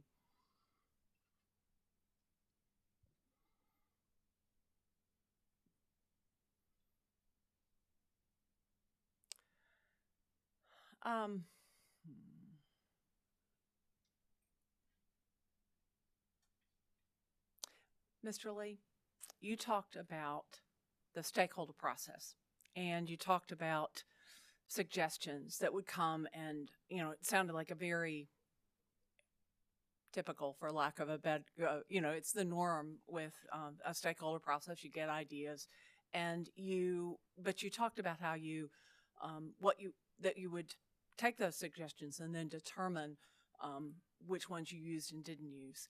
How did you do that? So,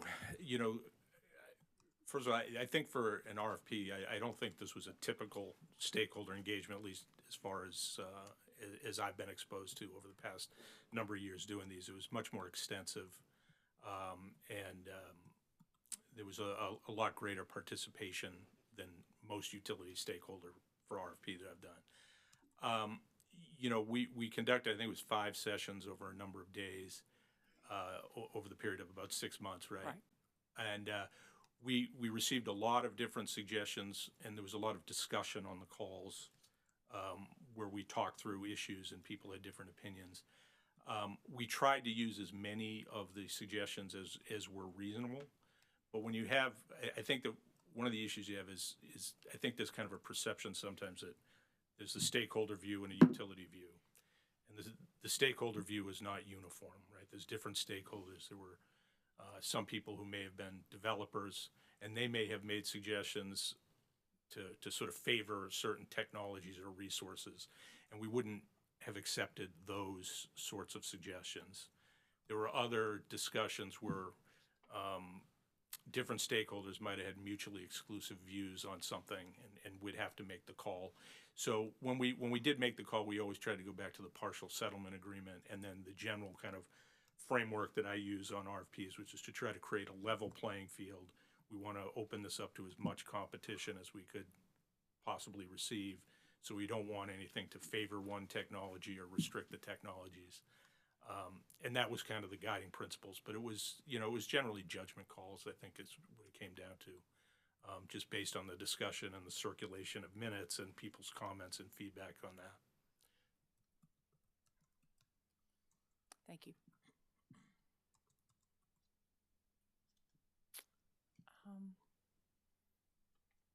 You also talked about, I believe, a blueprint for future decisions. And so I wondered what kind of takeaways you had from this process. How do we make this process better, faster, thoughtful, more thoughtful, whatever the desires are? But what are some of those blueprint lessons? So I think from my perspective, when you're doing an all source procurement, so we could start there, that if we're going to be open to all source procurements going forward when there may be a need, an all source procurement solicitation is more complicated.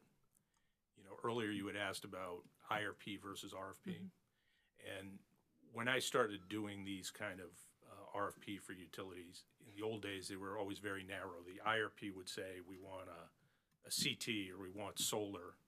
And then the RFP would go out and get this mm-hmm. narrow technology, and the bids would all be pretty simple. And that made the evaluation fairly straightforward and simple, right? Because you're comparing apples and apples. When you do an all sources procurement, it's a more complicated exercise because you're comparing apples and oranges, and it means you need to involve the modeling group to understand portfolio considerations, right? Because if I got my 200 megawatts as thermal versus I get 200 megawatts that's renewable, I can't just look at the costs. They have different generating profiles. They may have different implications for other things. So you need to do it on a more portfolio basis. So I think as a blueprint going forward, the takeaway would be you need to have an integrated RFP and resource planning element to it, where you can consider the portfolio implications for the resources. But then the portfolio modeling itself is strictly cost-based, right? It's a model that's trying to minimize cost. Different bids may come with different associated risks, right? So how do I sort of balance those two things? And I think the way we had envisioned it as a blueprint is the bids come in, we use the bids to develop market-based but generic modeling inputs, right? And then the modeling may come back with, we want 200 megawatts in total, and some of it's solar and some of it's whatever. And then the project level would select out the resources. So I think in terms of sort of the takeaway is trying to balance, the blueprint going forward is balancing the portfolio level questions and the project level questions. And that's what I try to emulate. And that's what we do at CRA and have done in other jurisdictions as well. Just out of curiosity, when were the old days? I'm going back 15 years, let's say. Okay. So, I want to hear from you, Mr. Lee, a little bit more about the independent, I get these wrong every time I try to say them, but the independent evaluator and monitor versus the independent administrator. There's been some suggestion about kind of lessons learned and going forward. Would you talk about that from your perspective, having sat where you sat? Sure, and the terminology is confusing because it's inconsistent. In other jurisdictions, they use different language. But to me, when we're executing these, there's kind of, I guess, 2 or 3 distinct roles, right? There's an independent auditor or independent monitor function. And typically that role, if CRA is engaged in that role, the utility is executing the RFP and the evaluation, and CRA is overseeing it just to make sure it's fair and that there isn't any favoritism. and would also be there as sort of a resource if a difficult issue comes up. Hey, how should we handle this? And then we might issue a report to a commission saying we thought they did this in a good way and the process was fair. So the independent auditor is the least involved role that CRA would have, right, where we're overseeing. There's an independent evaluator role, and that one's a little bit of a continuum, right? And that's where CRA or a third party is executing the evaluation. And we do that, that's the most common structure that we're retained to execute. And in all cases, we involve utilities in the process, you know, for subject matter expertise, knowledge of their system, different technologies, right? When I talked about earlier how more complicated the all sources RFPs are, right? So you may have a wide range of technologies, and there may be technical issues or expertise where we require involvement of subject matter experts, right, from the utility. So that would be the independent evaluator role, and I think it works best when it's kind of a partnership with sort of the guardrails that we laid out here for the utility involvement, right? Then there's, you know, at the other sort of end of that independent evaluator spectrum at the far end is the concept of, well, we'll hire somebody and they will completely do this without the involvement of the utility at all. And I think in general, first of all, I don't think CRA's ever done one of those. We have been retained afterwards when one of those goes poorly, right? Because it's really hard for a third party to understand all the issues that the utility understands about their own system, right? And so you can get results that, you know, may be suboptimal because of that sort of loss of knowledge and loss of information. So to me, that's kind of the range. So in the independent evaluator model, how often is there difference? Is there a disagreement between CRA and the entity that hires you? So, you know, I don't know that there's ever been a real disagreement. I think a lot of times it would come up as, you know, hey, here's this issue that we need to discuss and talk about and understand better, and then the utility might bring in, you know, their interconnection expert or what have you, or their solar, you know, somebody from their solar development team to explain certain technical aspects of the configuration and things like that. So I don't know it's so much disagreement. I can't think of anything specifically where where CRA said, oh, it should be A, and the utility says, no, it should be B. If that were the case, the independent evaluator in its role is the judge and jury and has to make the call and justify that call. But I think, you know, from my perspective, you know, it hasn't been that kind of adversarial situation. It's really been, hey, here's a tricky situation. Let's figure this out together and get the best information we can, and then we come to kind of an agreement on how things should be handled.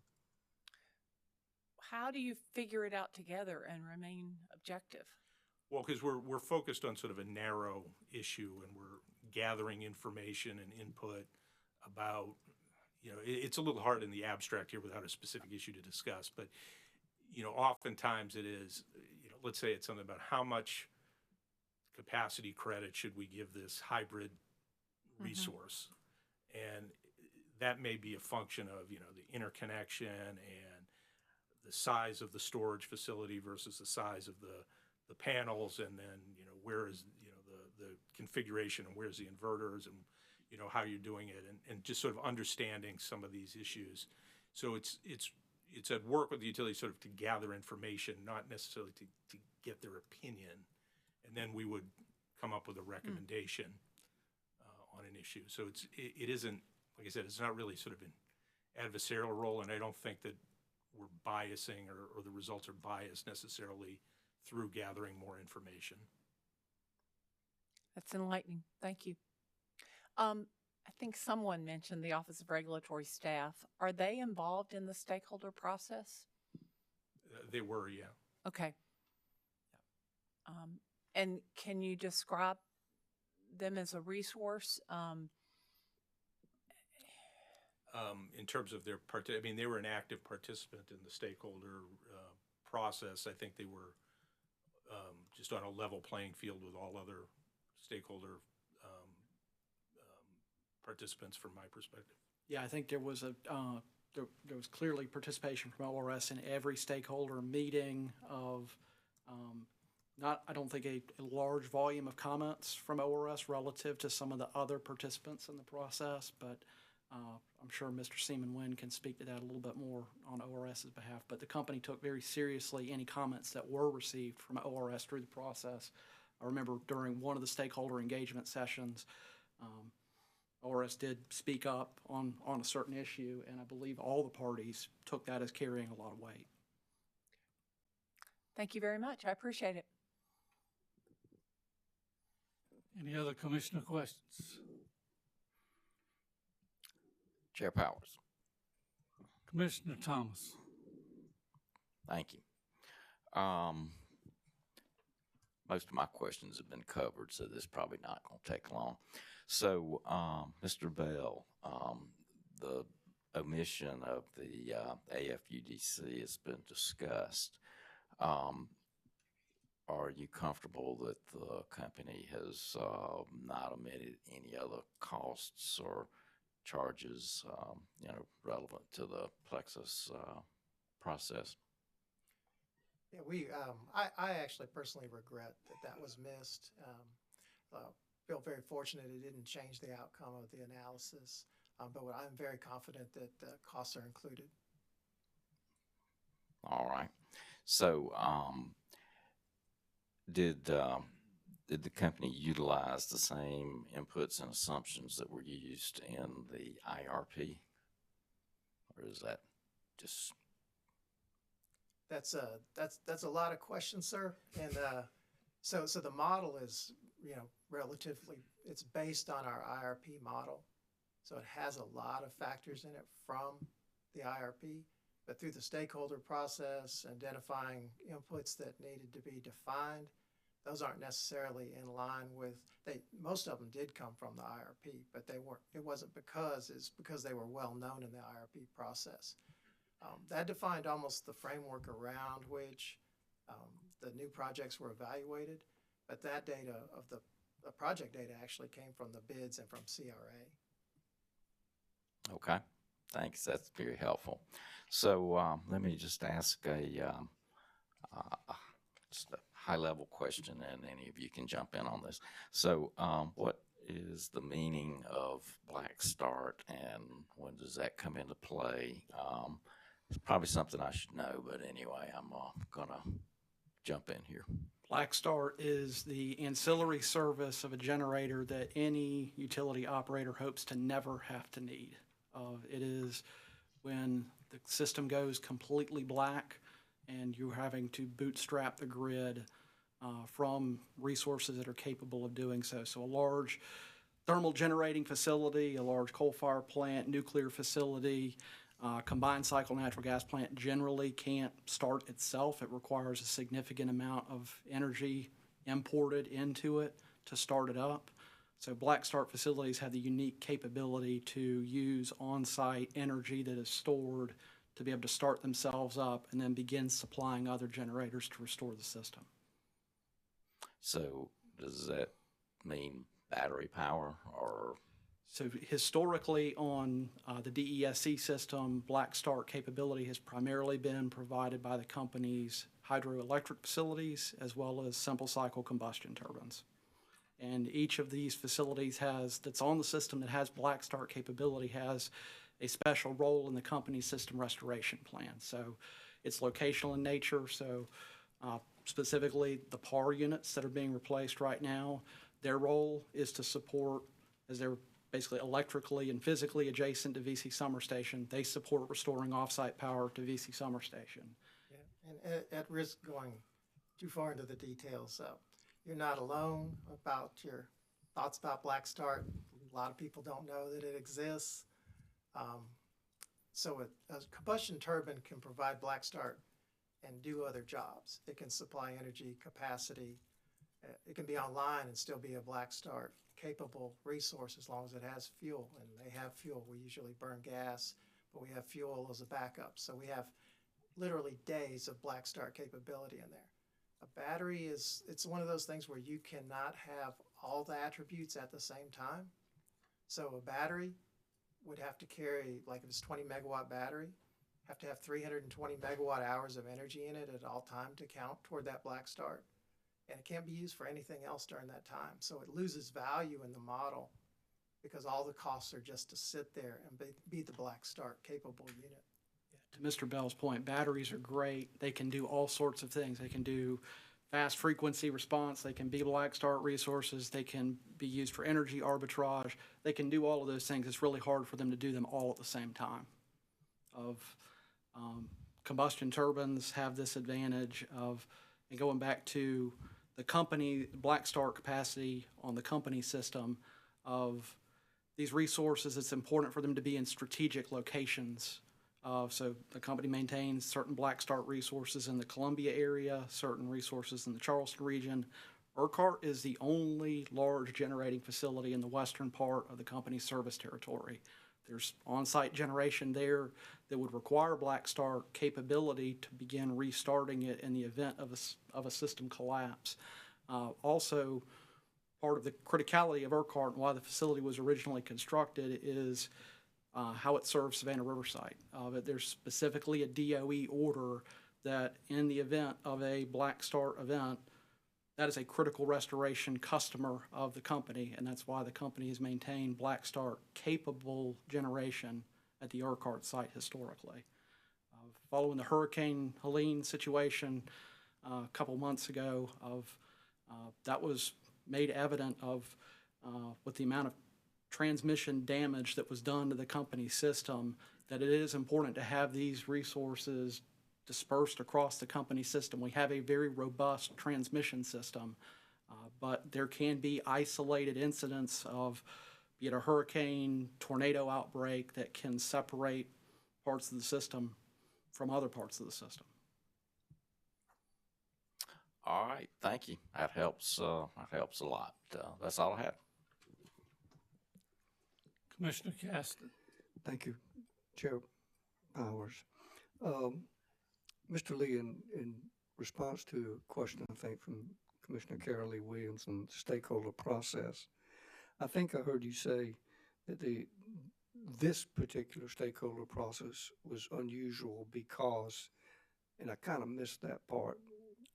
What was unusual about it?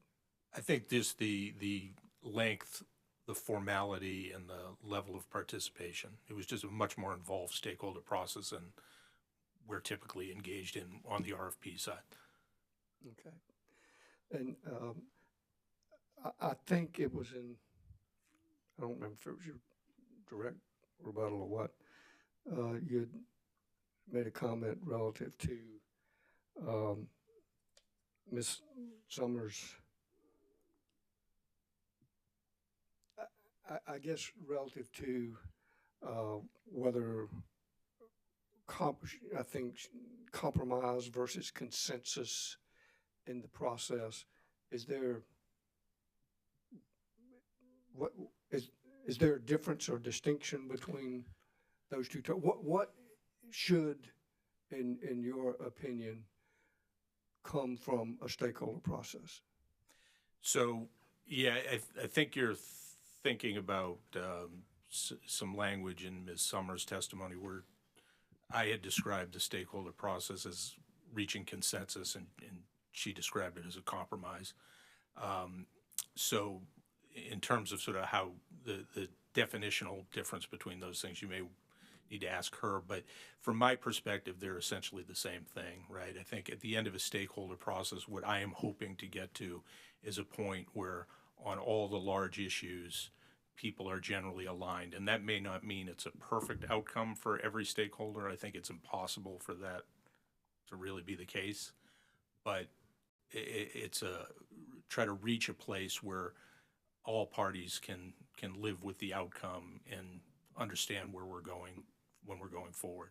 And so for this stakeholder process, there were a lot of different viewpoints. As I said, it was unusual because of how active it was and how many different opinions we got on such a wide range of issues. So I think it was a really successful process because we did get to the point where there was no objections to us launching the RFP, and all of the folks who were involved in the stakeholder had access to all of the documents and the details.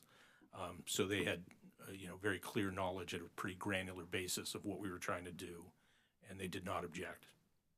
All righty, thank you. No more questions. Thank you, Commissioner Caston. Any further questions?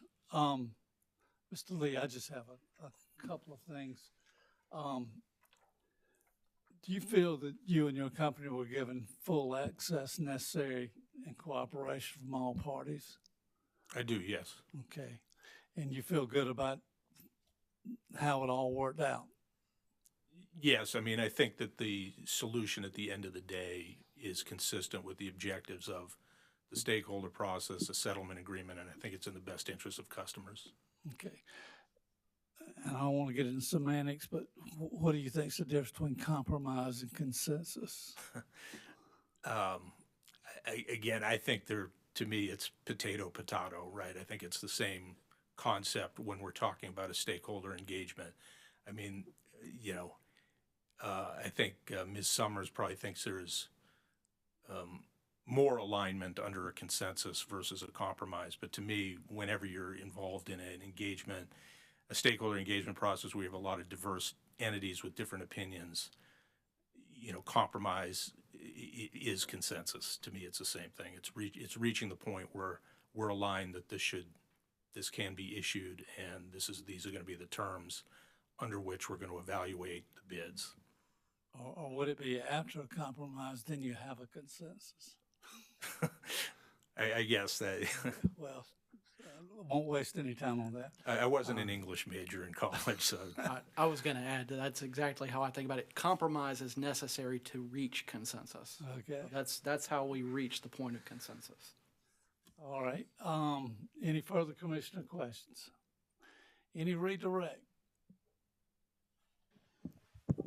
No redirect, Mr. Chairman. All right. Gentlemen, thank you very much for your testimony. May the panel be excused, subject to recall. Subject to recall. Thank you. Thank you very much. Ms. Mixon, you would be next. Thank you, Chair Powers. South Carolina Coastal Conservation League and Southern Alliance for Clean Energy will call Anna Summer to the stand. She's appearing virtually. All right.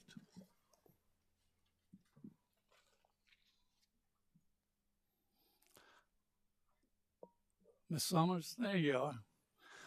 Can you hear me okay? I can. Can you hear me? Yes, ma'am. Would you please raise your right hand? Do you solemnly affirm the testimony you're about to give will be the truth, the whole truth, and nothing but the truth? I do. Thank you very much. Ms. Mixon, your witness. Thank you. Ms. Summer, will you please state your name for the record? My name is Anna Summer. And by whom are you employed and in what capacity? I'm employed by Energy Futures Group as a principal. Thank you. We're going to start with your 2023 direct testimony. Did you cause to be pre-filed in this docket on May 24th, 2023, a confidential direct testimony consisting of 55 pages? Yes. And if the questions put to you in your direct testimony were asked of you at the hearing today, would your answers be the same? Yes. Do you have any changes or corrections to your direct testimony at this time?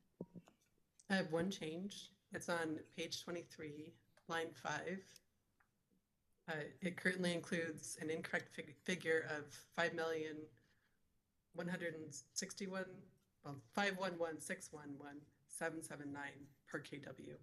And that should read 5,161. Thank you. And so for clarity, on page 23, line 5, the 1779 at the end of that figure should be removed, correct? Yeah, that's correct. 1779. Yep. Thank you. Subject to that correction, do you have any other changes to your testimony? I do not. Did you also attach to your direct testimony 8 exhibits identified as exhibits AS1 through AS8? Yes. And do you recall that one of those exhibits, AS1, contained redacted information? Yes. Were those exhibits prepared by you or under your direction? Yes. Thank you.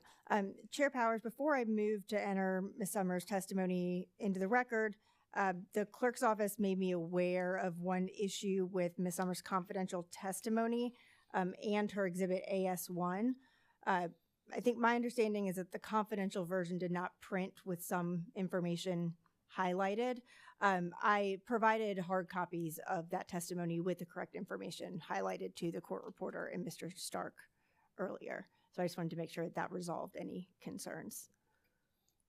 All right. So you're now, Thank you. okay, I can move her. I can now move her testimony Okay. into the record. Good. That's okay. let's start. It's taken care of. Great.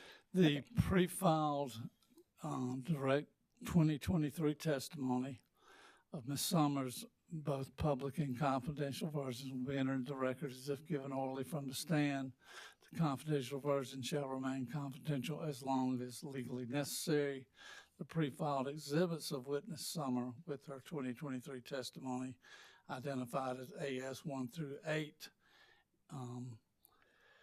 are marked for identification, be placed in the record as exhibit number 6, and the confidential portions of that submission will remain confidential as long as legally necessary. Great. Thank you. Ms. Summer, did you cause to be pre-filed in this docket on October 11th, 2024, confidential supplemental direct testimony consisting of 29 pages? Yes. And a corrected public version of that testimony was filed on October 14th, 2024? Yes. If the questions put to you in your supplemental direct testimony were asked at the hearing today, would your answers be the same? Yes. And do you have any changes or corrections to your supplemental direct testimony at this time? No. Did you also attach to your supplemental direct testimony 3 exhibits identified as exhibit AS9 through AS11 with exhibit AS11 containing confidential information? Yes. And were the exhibits to your supplemental direct testimony prepared by you or under your direction? Yes. Chair Powers, I would move to have Ms. Summers pre-filed corrected supplemental direct testimony entered into the record as if given orally from the stand with the confidential version remaining under seal.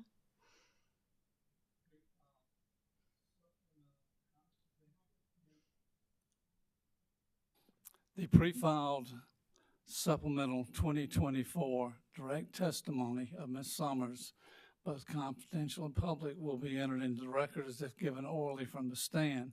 The confidential version shall remain confidential as long as legally necessary. The exhibits attached are filed with her 2024 testimony known as AS 9 through 11 are marked for identification. We place the record as exhibit number 7. The confidential portions of those exhibits shall remain confidential for as long as legally necessary. Thank you. And just one more. Ms. Summer, lastly, did you cause to be pre-filed in this docket on November 8th, 2024, confidential rebuttal testimony consisting of 11 pages? Yes. And if the questions put to you in your rebuttal testimony were asked at the hearing today, would your answers be the same? Yes. Thank you. Chair Powers, I would move to have Ms. Summers' pre-filed rebuttal testimony entered into the record as though given orally from the stand with the confidential version remaining under seal.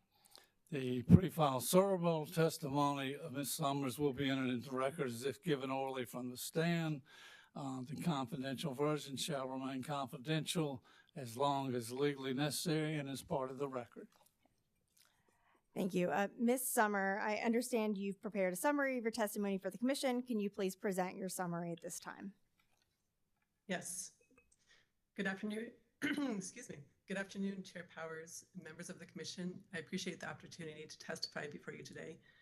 The purpose of my testimony in this proceeding was to review DESC's request for proposals for replacement of 4 combustion turbines and a steam unit at its Urquhart site. As part of this review, my testimony addressed concerns regarding the stakeholder process leading to the issuance of the RFP, the role of independent evaluator Charles River Associates, scrutiny of affiliate bids, in addition to the methodologies and assumptions used to select winning bids. In my initial testimony in this docket in 2023, I raised a number of concerns about the stakeholder process and RFP results, most notably issues regarding how Dominion Energy Services, the Dominion affiliate that submitted bids on behalf of DESC, assigned engineering, procurement, and construction costs for 1, 2, and 3 unit AeroCT configurations, which ultimately competed against the frame CT that was selected in the first round of the RFP. As the Commission is aware, DESC agreed to withdraw and reissue that initial RFP to address some of these concerns. Unfortunately, I still have various concerns about the reissued RFP, and ultimately I'm unable to make a recommendation about whether the results are reasonable. Dominion Energy Services submitted 4 proposals on behalf of DESC. The first of these proposals was for a General Electric 7F04 large frame CT with a winter capacity of 199 megawatts and a cost of $393 million, up from the price of $300 million in response to the original RFP. This is the bid DESC ultimately selected and is requesting be approved. The other proposals were for smaller aeroderivative combustion turbines, or AeroCTs, meaning anywhere between 1 and 3 AeroCTs were available as options that could be combined with other resources to meet the RFP's capacity need. In particular, DES proposed that DESC would acquire 1 or more of General Electric's LM6000 AeroCTs, with each turbine having a nameplate capacity of 56.9 megawatts. Thus, DESC's thermal proposals included the frame CT bid, 1 56.9 megawatt AeroCT, which constituted the thermal portion of the so-called minimum thermal bid, 2 AeroCTs totaling 113.8 megawatts, and 3 AeroCTs totaling 171.8 megawatts in capacity. The reissued RFP also resulted in 21 solar-only, standalone storage, and hybrid solar and storage proposals that in practice could only be selected in combination with one of the thermal bids due to the black start requirement built into the RFP. Concerns about various aspects of how resources were modeled and evaluated against each other, and I requested that DESC explain those in rebuttal, namely, number 1, that DESC did not appear to include allowance for funds used during construction, or AFUDC, or firm gas transportation services costs for each of its thermal bids. 2, that the hybrid resources DESC chose to model appeared to be more expensive than other bids submitted. 3, a lack of transparency around long-term service agreement costs for the frame CT. 4, DESC's failure to model firm capacity for the solar portion of certain hybrid bids. And 5, an overall concern about the high cost of the AeroCTs model compared with the costs included in DESC's 2024 IRP update and the cost of the Bushy Park CT. The results of this RFP were very close, so even if any single issue may not have an impact, multiple of these together could have impacted the results. As I discussed in my rebuttal, while DESC addressed some of my concerns in rebuttal, they did not resolve my concerns regarding the treatment of firm gas transportation charges or the treatment of certain lower cost hybrids. DESC confirmed that they did not include firm gas cost service in the modeling of the thermal bids, while the company claims this is unnecessary because they would not request additional firm service from what they already have at ERCOT. This is simply not the issue. As I stated in my direct testimony, the question is not whether additional service is needed, but whether the company's existing costs from their existing FT contract should be assigned to those thermal bids and in what proportion. Those costs are not sunk. DESC could release those rights or use them for another purpose. As such, I continue to believe those costs should have been modeled with the thermal bids. And while DESC witnessly claimed that I had ignored energy costs associated with some of the less expensive hybrid bids, the DESC did not consider. After reviewing DESC's Plexus files again, that is not correct. And as a result, I stand by my conclusion that DESC appears to have excluded less expensive hybrid bids when modeling its minimum thermal portfolio. Without the ability to conduct modeling myself in Plexus, due to the extremely high cost of a license, I simply cannot say with certainty whether the results of this RFP are reasonable or not, and so I decline to make a final recommendation on whether the Commission should approve the results of this RFP.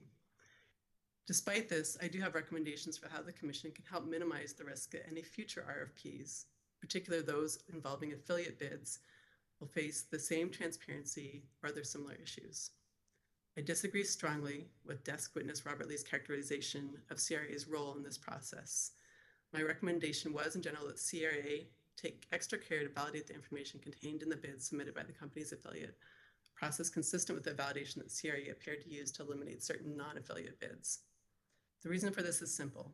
In competitive solicitations, where utility is both running the solicitation and an affiliate is bidding into it, utilities may have both incentives and the ability to exercise power to harm consumers by discriminating in favor of their own affiliates and against independent suppliers. As a result, I strongly recommend the use of an independent administrator with necessary guardrails for any future procurements that include affiliate bids. In addition, despite a very lengthy stakeholder process designed by DESC and then a lengthy regulatory process, we are in a substantially similar position to the one in which we began this case, i.e. that DESC is proposing a project that will cost hundreds of millions of dollars, but that is not based on transparent information. It is very much in the interest of ratepayers to avoid this situation in the future. I stand by my recommendations from prior testimonies in this docket that it is important to invite stakeholder feedback on RFPs, to make clear the roles and responsibilities of the independent administrator or evaluator, and to move the evaluation of potential resource options out of DESC's purview to an independent entity. As a result, if the Commission grants approval of DESC's request in this proceeding, I recommend the Commission include a clarification that any such designation is not a precedent for any future like facility requests. State that the cost of this project will be evaluated for reasonableness and prudence in a later rate case, including an evaluation of the cost estimates of the various thermal unit options at Urquhart, and establish expectations regarding transparency and the use of an independent administrator with necessary guardrails for any future procurements, which include affiliate bids. That concludes my summary. Thank you, Ms. Summer. Chair Powers, the witness is now available for cross-examination and questions from the Commission. Thank you, Ms. Mixon. Dominion, any questions? No questions of this witness, Mr. Chairman. All right, thank you. Sasiba? No questions, thank you. ORS, any questions? No questions, Mr. Chair. All right, Commissioners, any questions? Commissioner Williams? Thank you, Chair Powers. Ms. Summer, good to have you here this afternoon. Thank you. It's a privilege to be back here. Good. Would you talk to me about what you think the ideal relationship is between an IRP and an RFP? Absolutely. I view IRPs as exercises that are intended to plan for future needs and demands on a utility system. And typically those IRPs are conducted with consideration to generic resources. Once the IRP identifies a least cost mix of resources, especially for near-term procurement, it is a best practice to then go out and solicit a mix of resources, typically through an all-source procurement or all-source RFP, to meet that need.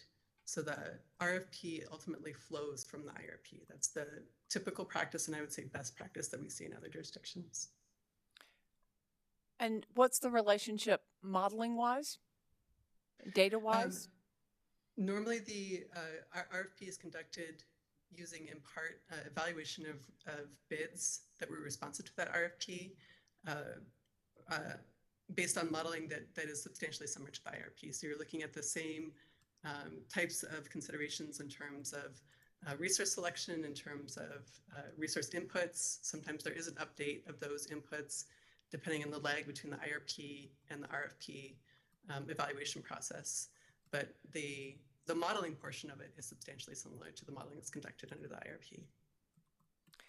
And did I understand you just a few minutes ago to talk about the cost of Plexus modeling and that being a hindrance on your part in being able to have a strong opinion as to what we ought to do? Yes. Yes, this is unfortunately the case with energy exemplar models. So the energy exemplar has a licensing process for what are called project-based licenses, meaning Plexus licenses that are connected to specific cases like this docket that would only allow us to secure that license if we go through the utility. And we have an existing license with Dominion under the IRP, but right. Dominion has told us that we cannot use that license for this RFP.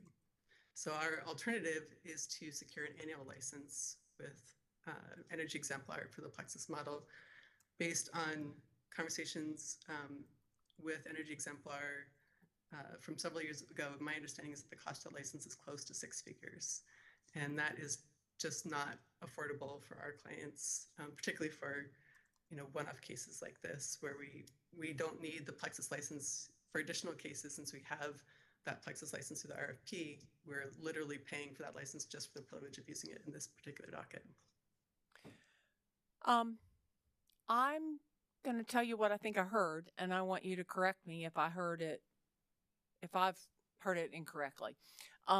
It sounds to me like you have access to the Plexus model for the IRP, but you were not given the ability to have access to the Plexus model for the modeling associated with the all source RFP. That's correct.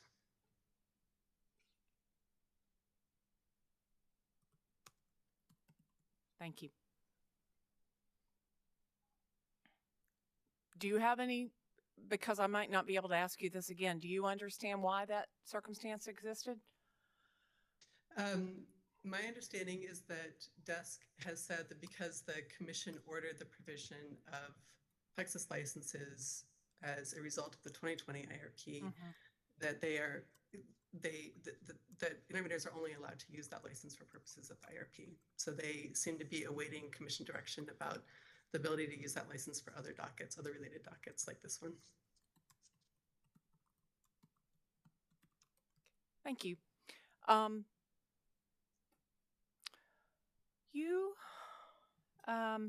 Witness Walker responded to your concerns about the long-term service agreement. And if I understood it correctly, I think it has to do with that maintenance cost has been declining over time.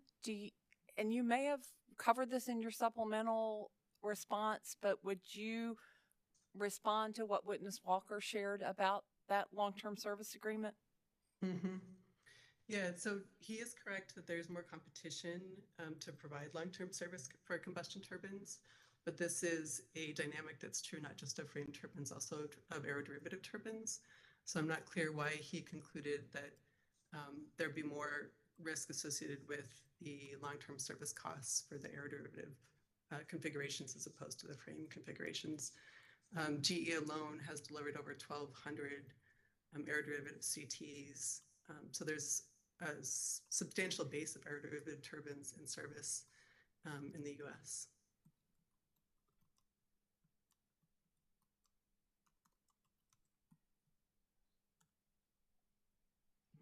Thank you. And you probably heard the discussion that I had earlier about the EIA data that you had used. And what I heard from that was that probably is from sometime prior to 2023, even though it has the 2023 label. Do you have a response to, do you want to add anything to that conversation? Yeah, thank you so much for asking that question. So there was the response that I heard from DESC was conflating the conditions under which I filed my 2023 testimony versus the market conditions under which we operate today.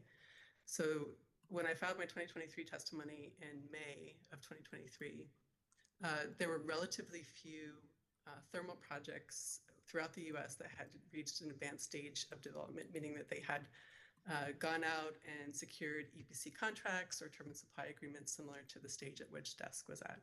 And so there was very little evidence of, at least in the public domain, of competition for those resources. And that condition made the EIA data more comparable to the point at which DESC was at in 2023. I do agree that there has been an increase in demand and therefore an increase in cost for those components that now makes that EIA comparison less meaningful. And that's why in my supplemental direct testimony, I did not compare EIA costs to the bids that were received from DES. Instead, I compared it to the cost assumptions that DESC was making in its IRP, and I drew cost comparisons to projects that DESC is actually building that use the same type of turbine. So the demand for those turbines and for the components that go into building those facilities, the demand for the engineering services that are needed to actually design them has all gone up, but it does not explain the incredible difference in costs between the Aero CT configurations and the frame CT. And it also does not explain the jump in increase in cost from the prior RFP to the RFP the RFP results that we have now.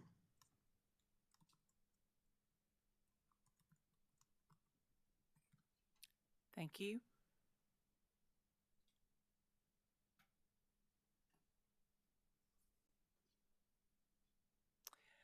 My final question has to do with in your summary note, you talk about transparency and the use of an independent administrator with necessary guardrails for future procurement. I'd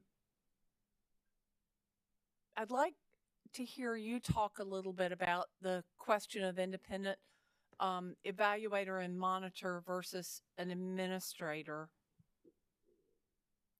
And I'll go ahead and tell you that I can ask this later, but what additional thoughts do you have about guardrails? So when we do our work, in front of commissions like yours, I try to start from the standpoint of what is the problem that we're trying to solve. And the problem that has bubbled to the surface throughout this case for me is that there seems to be this overly cozy relationship between the company that was hired to evaluate the bids and the utility that has hired them. And so the answer to that problem is how do you sort of create that separation? How do you disconnect the link between those two? And that's a very challenging thing to do because there are relatively few entities that are in a position to actually supply these types of services, this sort of independent evaluation and monitoring service or even independent administration service. And most of the entities that hire companies that do that sort of thing are utilities, right? So there's an incentive on the part of that company to want to be hired again by the utility because there's a relatively small base of companies that will hire them for that work. So keeping that in mind, one of the things that can be done in order to try and separate that link is for the independent administrator to be answerable not to the company, but to the commission. And if they are hired by the commission, even if it's at the utility's expense, that helps to sort of break that linkage between the two. There is, you heard Mr. Lee reference this during his response to some of your questions, that there was communication between himself and the company. That's actually relatively non-standard in my experience. I can think of, for example, one RFP in Indiana that CRA managed, and we asked the company if they could provide my intervener client with the bid so they could evaluate it. And the company told us that CRA wouldn't even let the company look at the bids. Instead, what they're doing is talking to the company, and in fact, he even addresses that in his testimony, where he says that there was input from company SMEs on things like whether CRA was conducting fair evaluation of those bids. That all strikes me as red flags. And so the one way to sort of separate that is to make sure that the independent evaluator is answering to somebody else besides the commission in order to avoid that sort of back and forth that seems to be happening in this particular RFP. Did you mean to say answering to someone else other than the commission? No. So that they're answering to the commission rather than to the company, okay. So that you avoid that back and forth with the company that seems to be happening in this RFP. Okay. And if you had access to the Plexus modeling and more transparency there, would you be recommending the independent administrator? Definitely. So the Plexus modeling is conducted by desk, and there is the challenge with the fact that we can't actually look at the Plexus modeling in its entirety and actually understand how certain costs are accounted for relates to the fact that the full set of data isn't being exported from Plexus. So there's a limited amount of data that we can see based on the files that we can open up without having the license that open up the proprietary files. And so that speaks to the questions like whether AFUDC is included or not, how firm gas service charges are included or not. But it doesn't speak to the concerns about the sort of veracity and the validity of the bids from the self-billed thermal bids from the company. Whether those bids are validated, whether due diligence is done on behalf of ratepayers to confirm that these are reasonable costs for those resources, are things that speak to and implicate the independence of the independent evaluator from the company, and they have nothing to do with Plexus. So that concern, I think, is really the root of our recommendation that an independent administrator should be used, because there's no sort of there's really no support for the idea that these bids are reasonable. It's just DESC saying that there are market forces and non-specific site factors that lead to those differences, and nobody has presented any evidence to support that conclusion, including including CRA. So that's really the root of the recommendation for the independent administrator.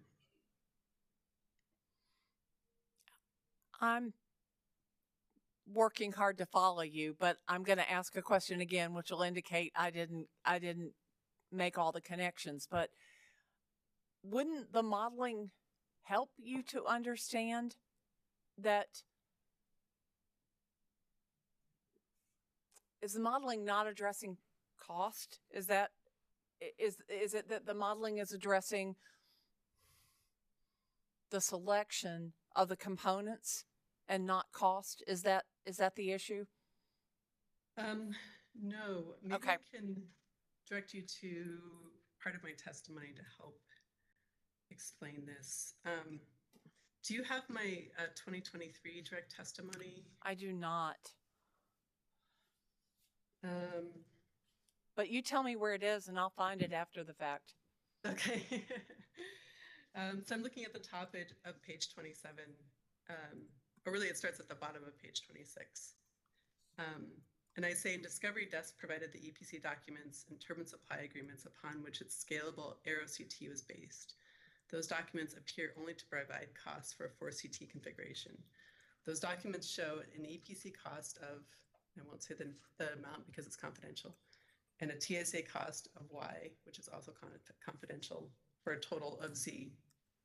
If you compare that Z to the total cost of the bid that was offered by DESC, which is given on page 23 at the top in one of the tables, you can see that there's a big difference between the total cost of the EPC and the TSA. The TSA is the turbine supply agreement. So that's Okay. the cost associated with acquiring the turbines for the configuration. And there's no insight into what makes up the difference. We don't know how much of that is contingency. We don't know how much of that is escalation. We don't know how much of that is indirect service costs. All we're being given is this total amount. And we have even less information about the cost of those projects this time around, because the EPC and the TSA agreements are not in the record at all. And those are the sorts of things that are modeled in their totality in Plexus. So it's really, how is that cost formed that is the concern about the total cost of these projects. And that's not revealed by Plexus, that's revealed by transparency into the formation of the cost for those projects. Does that help? It does. Okay. It does. Thank you, and I appreciate the direction to the 2023 testimony. Thank you very much.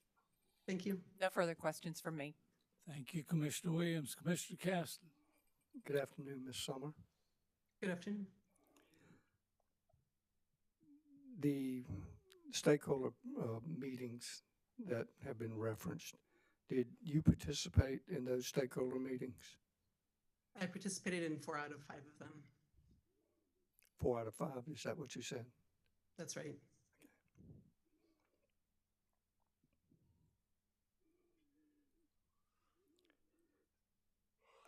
I'm not, sure how they did those, but is relative to, well, I think Mr. Walker made the statement that compromise is necessary to reach a consensus. Would you agree with that? No, I would not agree with that. So the literal definition of consensus is mutual agreement, and compromise is a sort of meeting in the middle between 2 different ideas. I think those two are totally different. And that's why I said in my testimony that the process of going through those meetings and discussing, elements of the RFP was really one of compromise and not one of consensus. Okay. Was there any kind of vote or show of hands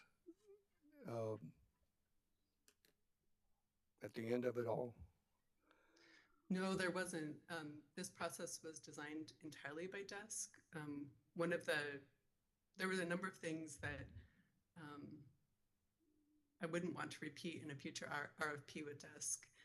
One is the number of times that we met. As I requested at the start of the stakeholder process, I thought we should be talking about the actual RFP documents and the language in there and the product specifications, the evaluation criteria, et cetera, instead of talking about this in the abstract. Because if you talk about things in the abstract, then it's easier to drive a truck through the meaning of it. And that seems to be what has happened here. I was told that CRA and DESK would present the actual RFP language in the third stakeholder meeting, and that's actually shown in the schedule associated with those meetings in the first and second meeting, and that didn't happen. In fact, we didn't actually get the language for the RFP until shortly before it was issued. So yeah, I definitely have some concerns about how this process went and would like to avoid some of these challenges in future RFPs with DESK.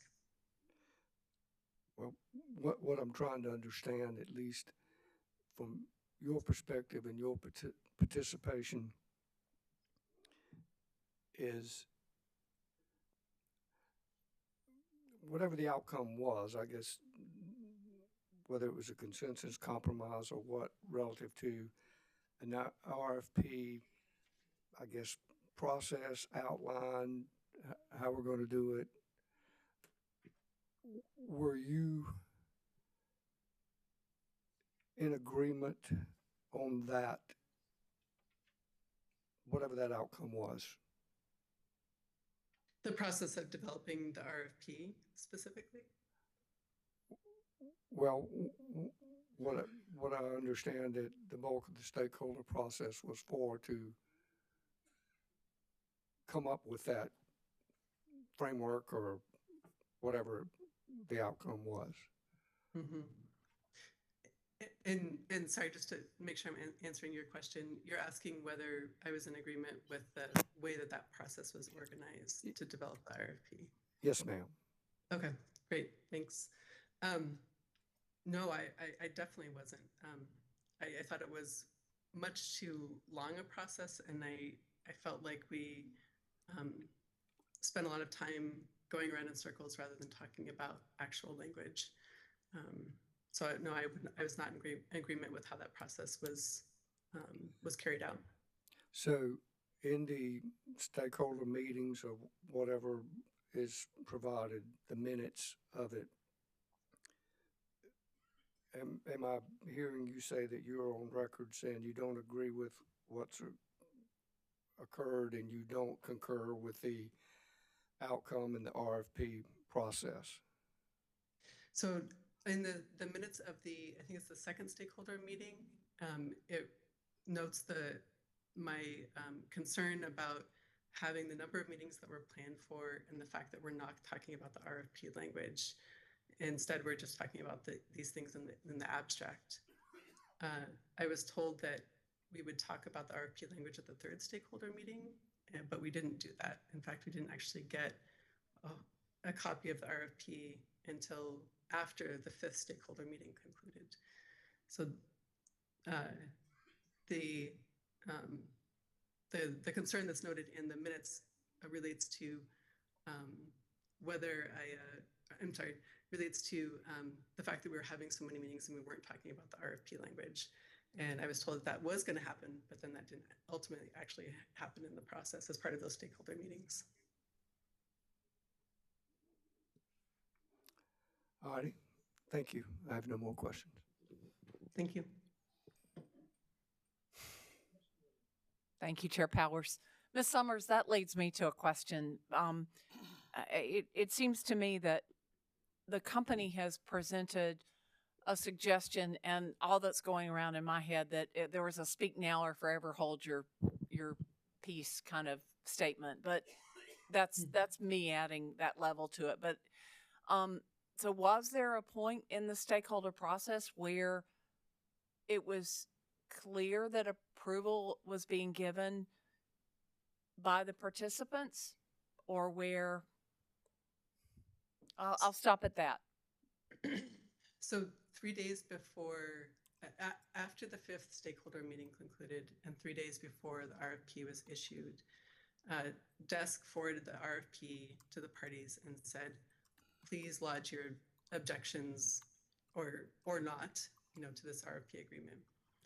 We asked for an additional 2 days to do that. And we discussed the RFP language and decided that the downsides of lodging any sort of concerns, which would mean delay in issuance in this RFP, were to be avoided, and so we should just agree to the issuance of the RFP.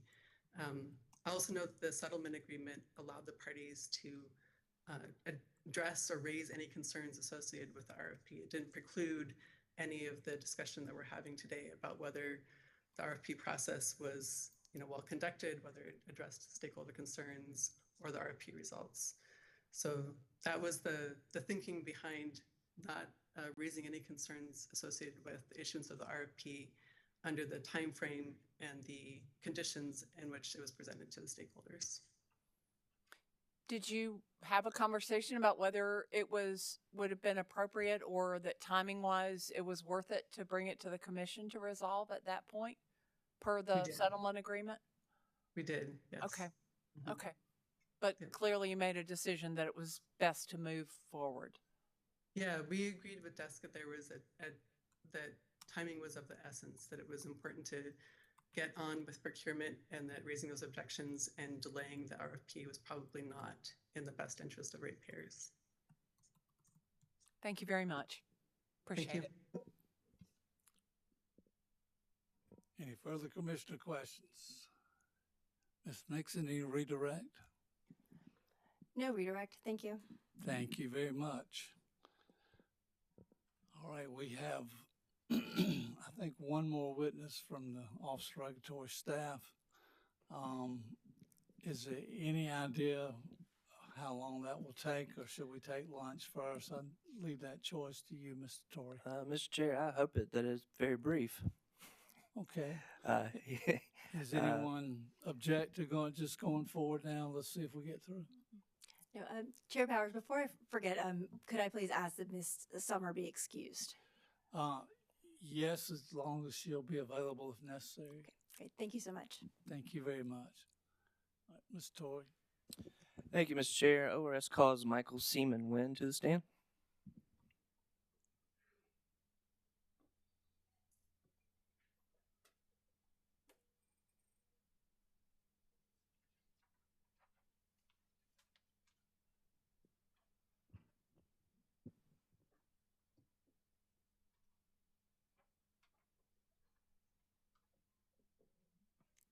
Raise your right hand. Do you swear affirm the testimony you're about to give to be the truth, the whole truth, and nothing but the truth?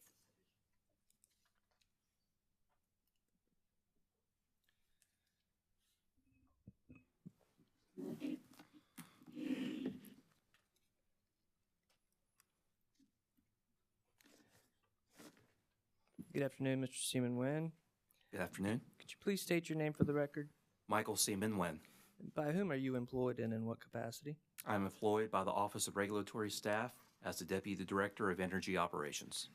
And did you prepare, cause to be prepared 9 pages of 2024 supplemental direct testimony pre-filed in this docket on October 11th, 2024?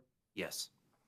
Do you have any changes, edits, or corrections to your pre-filed 2024 supplemental direct testimony? No, I do not. And if I asked you the same questions today as those posed in your pre-filed 2024 supplemental direct testimony, would your answers be the same? Yes, they would.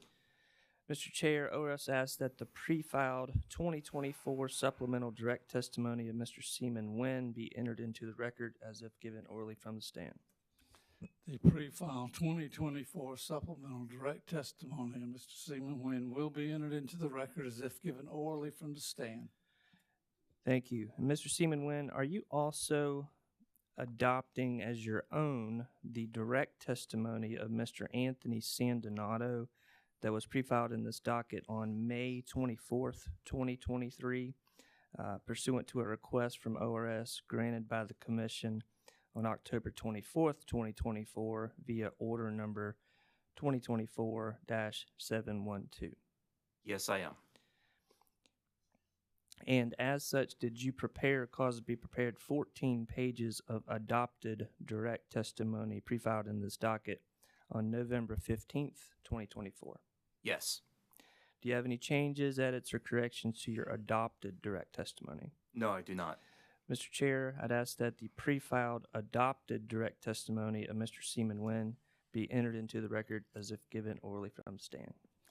The pre-filed adopted direct testimony, Mr. Seaman Wynn, from 2023 would be entered into the record as if given orally from the stand. Thank you. Mr. Seaman Wynn, did you prepare a summary of your Mr. testimony? Chairman, can I get a clarification? Yes, ma'am. I have 12 pages of testimony, not 14. Am I missing something? You are right, Commissioner. I believe I counted the testimony pages from Mr. Sandonato, and Mr. Seaman Wynn edited some. I just want to make sure I wasn't missing something. It's 12 pages, sorry. The record will reflect 12 pages as correction. Thank you. Mr. Seaman Wynn, did you prepare a summary of your testimony? Yes. Would you please present it at this time? Yes.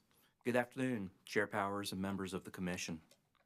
My adopted direct testimony and supplemental direct testimony set forth ORS's findings and recommendations resulting from our examination of Dominion Energy South Carolina's request for like facility determinations pursuant to South Carolina Code annotated 5833-110 and waiver of certain requirements of Commission Order Number 2007-626. ORS evaluated the company's requests to determine if a certificate of environmental compatibility and public convenience and necessity concerning the replacement resources planned for the company's Urquhart station is required, and if the company followed the requirements of Commission Order Number 2022-27 to develop and administer the request for proposal when selecting the proposed replacement generation resources at Urquhart Station. ORS's review indicated the replacement of the current Urquhart generation resources with the frame CT would not constitute the construction of a major utility facility under the Siting Act. ORS does not object to the company's request for a like facility determination for the frame CT selected through the 2024 RFP process. ORS found that the 2024 RFP process was administered in accordance with Commission Order 2022-27. Should the Commission approve the company's request, and should the company construct the replacement resources at Urquhart Station, ORS recommends the company provide project updates to the Commission and ORS and notify the Commission and ORS of the project completion within 10 days thereof. ORS will examine the costs associated with the replacement resources at Urquhart Station as part of a general rate case proceeding. This concludes my summary. Thank you, Mr. Seaman Wynn. Mr. Chair, Mr. Seaman Wynn is available for questions. Thank you very much, Mr. Torrey. Dominion, any questions? No questions, Mr. Chairman. All right, Ms. Mixon, No questions. Mr. Witt. No questions, thank you. Thank you. Commissioner questions? Commissioner Williams. Thank you. Good afternoon, Mr. Seaman Wynn. Good afternoon. You are not going to be surprised about any of my questions. Did you get to participate in the stakeholder process? Yes, ma'am. I was a participant in the first of the 5 sessions. However, ORS was in attendance at and participated in all 5 sessions. So you were at the first? Yes, and ma'am. ORS was there for the remaining 4? That's correct. Generally led by former employee San Donato. Okay. Okay. Do you have any recommendations about how that process could have been improved? Just thinking about what we can learn from this going forward? No, ma'am, I don't have any recommendations. I thought that the process was very transparent, very open, and led to, the RFP that is before you today. Thank you. And do you have any concerns or recommendations, or what are your thoughts about the idea of the participants having access to the Plexus model in the future to try to provide more transparency in a circumstance like this? Commissioner, I think transparency is always important. It's always good. I think there's always room for improvement, but I don't have any specific recommendations regarding Plexus modeling or any other aspects of the stakeholder process.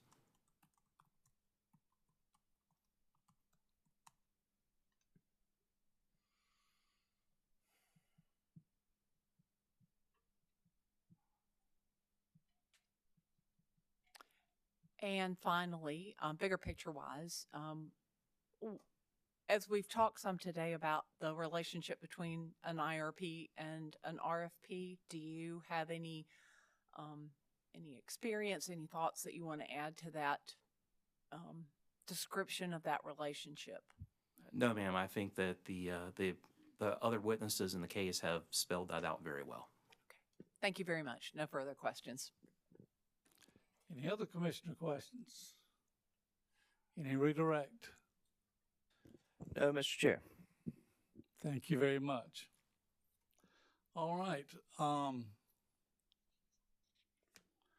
Is anything further from any party? All right. Our council will discuss with you about proposed orders or anything else that needs to be done.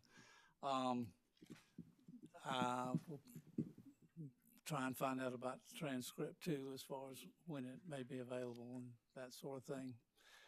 Hearing nothing else, hope everyone has a good day, and thank you for your call. We're going to recess for 2 minutes. We'll be right back.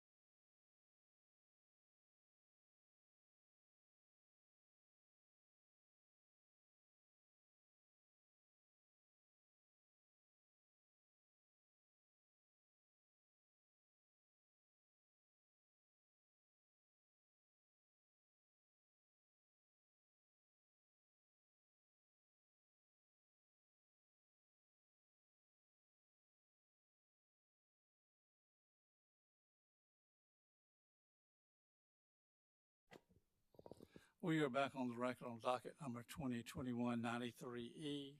All witnesses have been presented, and a question by a commissioner has been, commissioners concerned about one question. Mr. Seaman, when you would be excused on this, I wondered if Dominion would be willing to allow Mr. Walker to return to answer one question from a commissioner.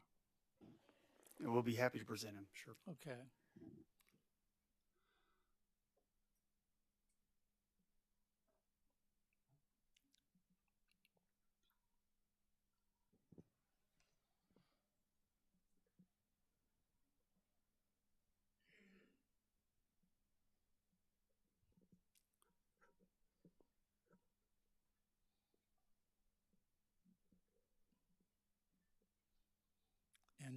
And Mr. Walker, you're still under oath. Commissioner Williams. Thank you, Chair Powers. Mr. Walker, you heard the conversation that I had with Ms. Summers about the Plexus modeling and the license. And I wanted to give the company a chance to respond to concerns, cost, transparency questions that were asked. I can line those out individually, but I'd rather give you a broad, I really wanted to give the company a chance to tell us your thoughts about whether that would have benefited this particular process.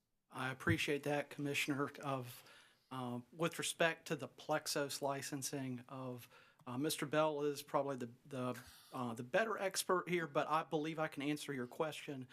I'm not aware of a specific request that was ever lodged through the stakeholder process requesting that the various parties to this proceeding and in turn became the stakeholders as part of the overall stakeholder process for a Plexus license to be able to do their own analysis of the overall RFP. So I'm unaware of that request. That's not to say it was potentially made informally. Of what we've seen with a number of the parties to this proceeding is that while we talked about how the IRP flows to an RFP, stakeholder processes like to merge and converge and intersect. And so what could be brought up in one context maybe have thought was addressed in another context, of recognizing a lot of these individuals that participate in these processes participate in multiple different venues. So, but to that end, I'm unaware of that request. That's something the company would have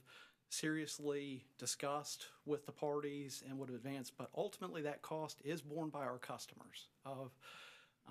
Part of providing the Plexus licensing in the IRP process, that is, I believe, classified by the company as an Act 62 cost, and that's ultimately borne by our customers. So would there have been an additional cost to allow a party access to the Plexus model for this particular circumstance?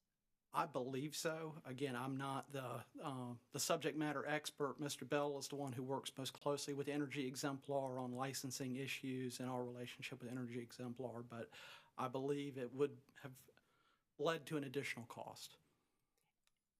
Do you have any idea, order of magnitude, what that cost would have been? I've heard what Witness Summer mentioned in the six figures. I believe that those licenses can approach that cost. And so if an entity had the access for one purpose, that six-figure cost could be incurred a second time for a separate, like if they had access for the IRP, there'd be another six-figure cost associated with a like facility case? I believe that's correct. I believe the licensure process by Energy Exemplars, that they look where there's different regulatory cases like this, that they look at each individual proceeding. So if there was a all sources RFP for an Urquhart's replacement, if there was a future CPRE, one tranche of it, another tranche of it. But one thing I will say is Ms. Summers is a sophisticated intervener. She works for a company and she is an expert in Plexus. They can hold a general Plexus model license and have their own Plexus model of the system that they could take the data of. We have the agreed upon inputs of fuel costs, load, CO2 forecasts, and the various resources that are on the company system, there's nothing preventing a party, an intervener, a stakeholder, whatever you want to call them, from having their own Plexus license and Plexus model. Thank you very much. Chair Powers, that's my question. Thank you. And I know that was a bit unusual, and I think it would only be fair if Ms. Mixon or any of the parties wanted to ask you to recross as a result or cross it based on that. I might need a minute to formulate cross-examination questions. I will say I suspect that Ms. Summer would have more clarity around some of her understanding of the cost questions and when those requests were made. So I would either request, I guess, a couple of minutes to try and pull a couple of questions together for Mr. Walker, or if the commission would be willing, I think Ms. Summer may have additional information.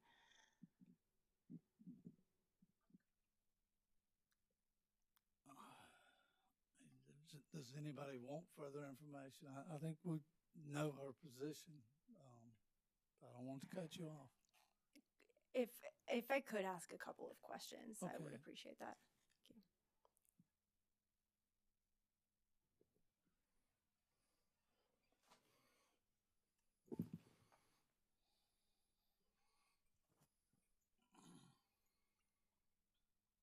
Thank you. Okay, thank you, Mr. Walker. Are you aware that there have been other proceedings that are kind of IRP adjacent that have appeared before this commission in addition to this proceeding? Yes. Are you familiar with the coal retirement proceeding that was opened in, I believe, 2020? Yes, I'm aware that there was a separate docket that was opened where the company filed a 2022 coal retirement study. And are you aware that interveners made the request to use the IRP Plexus license at that time in that proceeding? I was unaware of that request. Okay, would it surprise you to learn that interveners had made that request at that time? Wouldn't surprise me. Okay, and would it surprise you to learn that the company at that time stated that those licenses could only be used in the context of the formal IRP proceedings? It would not surprise me that the licenses that were required by the commission to be granted for use in the company's IRP process were restricted by Energy Exemplar to only being used in those proceedings. Are you aware that the cost for those project licenses is $14,000? I was not aware of that. Okay. Thank you. Those are all of my questions. Thank you. Do you feel you've covered what you want to cover? All right. Is there anything else? Is anybody getting hungry? All right. Hearing nothing else, as I say, Mr. Stark will talk to you, but and you're excused because we are getting ready to adjourn. Thank you, sir. And we are adjourned. Thank you very much.